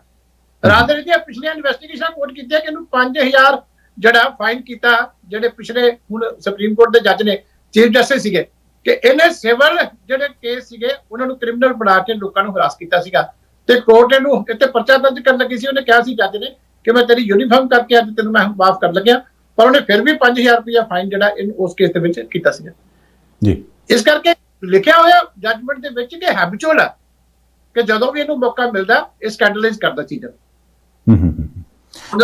ਚੀਮਾ ਸਾਹਿਬ ਇੱਕ ਚੀਜ਼ ਮੈਨੂੰ ਇਹ ਆ ਕਿ ਸਾਰੀ ਦੀ ਸਾਰੀ ਗੱਲ ਜੇ ਇੱਥੇ ਹੀ ਰਹਿ ਗਈ ਤੇ ਹੋ ਸਕਦਾ ਕਿ ਜਿਹੜੇ ਪਰਿਵਾਰ ਦੇ ਮੈਂਬਰ ਨੇ ਜਾਂ ਸੁਣਨ ਵਾਲੇ ਨੇ ਦੁਨੀਆ ਭਰ 'ਚ ਬੈਠੇ ਪੰਜਾਬੀ ਜਾਂ ਸਿੱਖ ਭਾਈਚਾਰਾ ਉਹਨਾਂ ਨੂੰ ਲੱਗੇ ਕਿ ਯਾਰ ਇੱਕ ਪੋਲੀਟੀਕਲ ਲੜਾਈ ਹੈ ਸ਼੍ਰੋਮਣੀ ਅਕਾਲੀ ਦਲ ਦੇ ਪੱਖੋਂ, ਕਿਉਂਕਿ ਹੁਣ ਤੁਸੀਂ ਗੱਲ ਕਰ ਰਹੇ ਹੋ ਇਸ ਕਰਕੇ ਤੁਸੀਂ ਆਪਣਾ ਪੱਖ ਰਹੇ ਹੋ, ਠੀਕ ਹੈ ਤੁਹਾਡਾ ਪੱਖ ਵੀ ਆਉਣਾ ਚਾਹੀਦਾ, ਪਰ ਕਿਉਂਕਿ ਤੁਸੀਂ ਇੱਕ ਪੰਥਕ ਧਿਰ ਵੀ ਹੋ, ਨਾਲ ਦੀ ਨਾਲ ਤੁਸੀਂ ਉਸ ਵੇਲੇ ਸਰਕਾਰ ਵਿੱਚ ਵੀ ਸੀਗੇ, ਤੁਸੀਂ ਖੁਦ ਵੀ ਉਦੋਂ ਬਹੁਤ ਜ਼ਿਆਦਾ ਕੋਸ਼ਿਸ਼ ਕੀਤੀ ਤੁਹਾਡੀ ਪਾਰਟੀ ਵੱਲੋਂ ਕਿ ਅਸੀਂ ਇਹ ਸਾਰੇ ਕੁਝ ਦਾ ਇਨਸਾਫ ਲੈ ਲਈਏ। ਹੁਣ ਜੇ ਆਪਾਂ ਇਹ ਸਾਰੇ ਕੁਝ ਨੂੰ ਸਾਈਡ ਤੇ ਰੱਖ ਦਿੰਦੇ ਹਾਂ ਵੀ ਠੀਕ ਹੈ, ਇੱਕ ਸਿਆਸਤ ਵਿੱਚ ਆਈ 17 ਦੇ ਵਿੱਚ ਮੈਨੀਫੈਸਟੋ ਲਿਆ ਕੇ ਕਾਂਗਰਸ ਪਾਰਟੀ ਨੇ ਇੱਕ ਧਿਰ ਬਣ ਕੇ ਬਦਨਾਮ ਕਰਨ ਦਾ ਕਰਕੇ ਸਾਰਾ ਕੁਝ ਕੀਤਾ ਤੇ ਅਖੀਰ ਉਹ ਗੱਲ ਅਦਾਲਤ ਜਾ ਕੇ ਖੁੱਲ੍ਹ ਗਈ। ਪਰ ਹੁਣ ਜਿਹੜਾ ਅਸਲ ਇਨਸੀਡੈਂਟ ਹੋਇਆ ਜੋ ਵਾਪਰਿਆ, ਪਹਿਲਾਂ ਆਪਾਂ 12 ਦਾ ਬੇਅਦਬੀ ਕਾਂਡ ਲਾ ਲਈਏ, ਫਿਰ ਉਸ ਤੋਂ ਬਾਅਦ 14 ਨੂੰ ਇਹ ਜਿਹੜਾ ਕੋਟਕਪੂਰਾ ਤੇ ਉਸ ਤੋਂ ਬਾਅਦ ਚੰਦ ਘੰਟੇ ਬਾਅਦ ਬਾਈਬਲ ਕਲਾਂ ਗੋਲੀ ਕਾਂਡ ਦੀ ਗੱਲ ਕਰ ਲਈਏ, ਇਹ ਜੋ ਕੁਝ ਵੀ ਹੋਇਆ ਇਹ ਸਾਰੇ ਕੁਝ ਤੁਹਾਨੂੰ ਕੀ ਲੱਗਦਾ ਕਿ ਇਨਸਾਫ ਹੁਣ ਕਿਸ ਹਿਸਾਬ ਨਾਲ ਮਿਲ ਸਕਦਾ, ਜਿਹੜੀਆਂ ਧਿਰਾਂ ਪੀੜਤ ਨੇ ਉਹਨਾਂ ਨੂੰ ਕਿਵੇਂ ਇਨਸਾਫ ਮਿਲ ਸਕਦਾ, ਜਾਂ ਜਿਹੜੇ ਲੋਕ ਕੋਈ ਵੀ ਇਹਦੇ 'ਚ ABC ਦੋਸ਼ੀ ਹੋਵੇ ਉਹਨੂੰ ਸਜ਼ਾ ਕਿਵੇਂ ਮਿਲ ਸਕਦੀ ਹੈ? ਤੁਹਾਨੂੰ ਕੀ ਜਾਪਦਾ ਵੀ ਹੁਣ ਅਸਲ ਸਹੀ ਤਰੀਕਾ ਕੀ ਹੈ, ਢੰਗ ਤਰੀਕਾ ਕੀ? ਦੇਖੋ ਅਫਸੋਸ ਤੁਹਾਨੂੰ ਵੀ ਹੋਊਗਾ ਸੁਣ ਕੇ, ਅਸਲ ਕੇਸ ਜਿਹੜਾ ਬੇਅਦਬੀ ਵਾਲਾ ਹੈਗਾ ਉਹ ਹੈ ਜਿਹੜਾ 1 ਜੂਨ ਨੂੰ ਗੁਰੂ ਗ੍ਰੰਥ ਸਾਹਿਬ ਚੋਰੀ ਹੋਇਆ ਜੀ, ਉਸ ਤੋਂ ਬਾਅਦ 25 ਸਤੰਬਰ ਨੂੰ ਪੋਸਟਰ ਲੱਗੇ ਜਿਸ 'ਚ ਧਮਕੀ ਦਿੱਤੀ ਗਈ ਜੀ, ਤੇ ਉਸ ਤੋਂ ਬਾਅਦ 12 ਅਕਤੂਬਰ 2015 ਨੂੰ ਬੇਅਦਬੀ ਹੋਈ ਜੀ। ਇੱਕ ਪਹਿਲਾਂ CBI ਕੋਲੇ ਸੀਗਾ, CBI ਕੋਲ ਜਿਹੜੀ ਸਰਕਾਰ ਨੇ ਵਿਧਾਨ ਸਭਾ ਦੇ ਵਿੱਚ ਰੈਜ਼ੋਲੂਸ਼ਨ ਵਾਪਸ ਪਾ ਕੇ ਕੇਸ ਵਾਪਸ ਲੈ ਲਿਆ, ਉਹਦੀ ਸਿੱਟ ਬਣ ਗਈ ਸੀ, ਖੱਟੜਾ ਸਾਹਿਬ ਉਹਦੀ ਜਾਂਚ ਕਰ ਰਹੇ ਸੀ। ਅਸਲੀ ਕੇਸ ਬੇਅਦਬੀ ਦਾ ਉਹ ਹੈ, ਉਹ ਕੰਵਰ ਵਿਜੇ ਪ੍ਰਤਾਪ ਦਾ ਕੋਈ ਲੈਣਾ ਦੇਣਾ ਨਹੀਂ, ਇਹ ਤਾਂ ਝੂਠ ਹੀ ਮਾਰੀ ਜਾਂਦਾ ਸੀ ਕਿ ਮੈਂ ਬੇਅਦਬੀ ਦੀ ਜਾਂਚ ਕਰ ਰਿਹਾ। ਹੁਣ ਤੁਸੀਂ ਹੈਰਾਨ ਹੋਵੋਗੇ ਕਿ ਪਿੱਛੇ ਪੰਜਾਬ ਤੇ ਹਰਿਆਣਾ ਹਾਈ ਕੋਰਟ ਨੇ ਉਸ ਸਿੱਟ ਨੂੰ ਵੀ ਚੇਂਜ ਕੀਤਾ ਸੀ, ਖੱਟੜਾ ਸਾਹਿਬ ਨੂੰ ਨਾਲ ਉਹਨਾਂ ਦੇ ਮਿਸਟਰ ਸੋਹਲ ਸੀਗੇ SSP ਗੁਰਦਾਸਪੁਰ, ਉਹਨਾਂ ਨੇ ਵੀ ਹਟਾਤਾ ਸੀ ਜੀ। SIT ਦੇ ਦੋਨੇ ਅਫਸਰ ਜਿਹੜੇ ਬੇਅਦਬੀ ਵਾਲੇ ਕੇਸ ਤੇ ਸੀ ਉਹ ਪਿੱਛੇ ਜੇ ਦੋਨੇ ਜਿਹੜੇ ਹਟਾ ਦਿੱਤੇ ਆ। ਹੁਣ IG ਪਰਮਾਰ ਸਾਹਿਬ ਉਹਦੀ ਜਾਂਚ ਕਰ ਰਹੇ ਜੀ। ਮੈਂ ਤੁਹਾਨੂੰ ਪੁੱਛਦਾ, ਕਦੀ ਸੁਣਿਆ ਹੋਵੇਗਾ ਵੀ ਕਾਂਗਰਸ ਦਾ ਕੋਈ ਲੀਡਰ ਬੋਲਿਆ ਹੋਵੇ ਵੀ ਇਹ ਅਫਸਰ ਗਲਤ ਟ੍ਰਾਂਸਫਰ ਹੋ ਗਿਆ ਜਾਂ ਇਹਨੂੰ ਸੁਪਰੀਮ ਕੋਰਟ ਚੈਲੰਜ ਕਰਨ ਦੀ ਲੋੜ ਹੈ ਵੀ ਜਾਂਚ ਲੇਟ ਹੋ ਗਈ? ਇੱਕ ਬੰਦਾ ਮੈਨੂੰ ਦੱਸ ਦਿਓ ਜਿਹਨੂੰ ਪਤਾ ਵੀ ਹੋਵੇ ਵੀ ਜਿਹੜੀ ਅਸਲੀ ਗੁਰੂ ਗ੍ਰੰਥ ਸਾਹਿਬ ਦੀ ਬੇਅਦਬੀ ਵਾਲੀ ਜਾਂਚ ਆ ਉਹਦੀ ਸਿੱਟ ਵੀ ਹਾਈ ਕੋਰਟ ਨੇ ਚੇਂਜ ਕੀਤੀ ਹੈ ਪਿੱਛੇ, ਪਰ ਕਿਸੇ ਨੇ ਦੂਜੇ ਕੰਨ ਆਵਾਜ਼ ਨਹੀਂ ਮਾਰੀ ਕਿਉਂਕਿ ਉਹਦਾ ਫਿਕਰ ਹੀ ਕਿਸੇ ਨੂੰ ਜੀ। ਖੱਟੜਾ ਸਾਹਿਬ ਨੂੰ ਚੇਂਜ ਕਰ ਦਿੱਤਾ ਗਿਆ, ਉਹਨਾਂ ਦੇ ਨਾਲ ਸੋਹਲ ਸਾਹਿਬ ਨੂੰ ਚੇਂਜ ਕਰ ਦਿੱਤਾ ਗਿਆ, ਜਾਂਚ ਹੁਣ IG ਪਰਮਾਰ ਸਾਹਿਬ ਕੋਲੇ ਜੀ। ਪਰ ਇਹ ਵੀ ਹੈਰਾਨ ਹੋਵੋਗੇ ਸੁਣ ਕੇ ਵੀ ਉਹ ਸਿੱਟ ਚੇਂਜ ਹੋਈ। ਕਿਸੇ ਕਾਂਗਰਸ ਦੇ ਲੀਡਰ ਨੇ, ਕਿਸੇ ਕੈਬਨਿਟ ਮੰਤਰੀ ਨੇ, ਕਿਸੇ ਮੁੱਖ ਮੰਤਰੀ ਨੇ, ਕਿਸੇ ਜਾਖੜ ਸਾਹਿਬ ਨੇ, ਕਿਤੇ ਦਾਦੂਵਾਲ ਨੇ, ਕਿਤੇ ਹੋਰ ਜਿੰਨੀਆਂ ਇਹਨਾਂ ਦੀਆਂ ਨਾਲ ਇਹ ਧਿਰਾਂ ਨੇ ਸਾਰੀਆਂ, ਕਿਸੇ ਇੱਕ ਨੇ ਵੀ ਆਵਾਜ਼ ਉਠਾਈ ਹੋਵੇ ਕਿ ਇਹਨੂੰ ਸੁਪਰੀਮ ਕੋਰਟ 'ਚ ਚੈਲੰਜ ਕਰਨ ਦੀ ਲੋੜ ਹੈ ਵੀ ਇਹ ਇੰਨੇ ਦੇਰ ਬਾਅਦ ਜਿਹੜੀ ਹੈਗੀ ਆ ਉਹ ਖੱਟੜਾ ਸਾਹਿਬ ਤੇ ਸਾਡੇ ਬਹੁਤੇ ਲੋਕੀ ਭਰੋਸਾ ਵੀ ਕਰਦੇ ਸੀ ਇੰਨੀ ਦੇਰ ਬਾਅਦ ਜਾਂਚ ਹੁਣ CBI ਤੋਂ ਵਾਪਸ ਆ ਕੇ ਸਿਰੇ ਦੇ ਨੇੜੇ ਪਹੁੰਚੀ ਆ ਤੇ ਉਹਦੀ ਸਿੱਟ ਚੇਂਜ ਹੋ ਗਈ, ਕਿਸੇ ਨੇ ਕੋਈ ਚੈਲੰਜ ਹੀ ਨਹੀਂ ਕੀਤਾ, ਰੌਲਾ ਹੀ ਨਹੀਂ ਪਾਇਆ ਕਿਸੇ ਜੀ। ਕਿਉਂ ਨਹੀਂ ਪਾਇਆ ਜੀ? ਇਹੀ ਸਰਕਾਰ ਹੈ, ਕੋਈ ਨਵੀਂ ਸਰਕਾਰ ਨਹੀਂ, ਚੁੱਪ ਕਰਕੇ ਨਵੀਂ ਸਿੱਟ ਬਣਾ ਕੇ ਤੇ ਉਧਰ ਜਦ ਕੰਮ ਤੋੜ ਦਿੱਤਾ।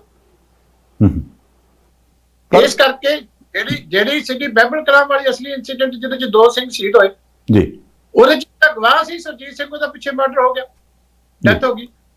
ਉਹਦੀ ਵਾਈਫ ਨੇ ਕਿੰਨਾ ਰੌਲਾ ਪਾਇਆ, 2 ਪੰਜਾਬ ਦੇ ਕੈਬਨਿਟ ਮੰਤਰੀਆਂ ਦੇ ਨਾਮ ਆਏ, ਉਹਦੇ ਵਿੱਚ ਉਹਨੇ ਖੁੱਲ ਕੇ ਕਿਹਾ ਕੀ ਉਹਦੇ ਚ ਕੋਈ ਧਿਰ ਬੋਲੀ, ਪੰਥਕ ਧਿਰਾਂ ਜਿੰਨੀਆਂ ਇਹ ਕਹਿੰਦੀਆਂ ਨੇ, ਇਹਨਾਂ ਨੂੰ ਕੱਢਣਾ ਨਹੀਂ ਚਾਹੀਦਾ ਸੀ ਵੀ ਗਵਾਹ ਜਿਹੜਾ ਮੌਕੇ ਦਾ ਉਹਦੀ ਡੈਥ ਹੋਈ ਹੈ ਔਰ ਕਿੰਨਾ ਸਰਕਮਸਟੈਂਸਸ ਦੇ ਵਿੱਚ ਹੋਈ ਹੈ ਜੀ, ਤੇ ਕਿੰਨਾ ਉਹਦੀ ਵਾਈਫ ਨੇ ਕਿੰਨੇ ਦਿਨ ਚੀਫ ਮਿਨਿਸਟਰ ਤੋਂ ਲੈ ਕੇ ਵਿਚਾਰੀ ਕਿੱਥੇ ਕਿੱਥੇ ਧੱਕੇ ਖਾ ਕੇ ਕੀਤੇ, ਚੁੱਪ ਕਰ ਗਈ, ਕੋਈ ਪੰਥਕ ਧਿਰ ਬੋਲੀ ਉਹਦੀ ਹੱਕ ਦੇ ਵਿੱਚ ਕਿ ਕਿਉਂ ਹੋਇਆ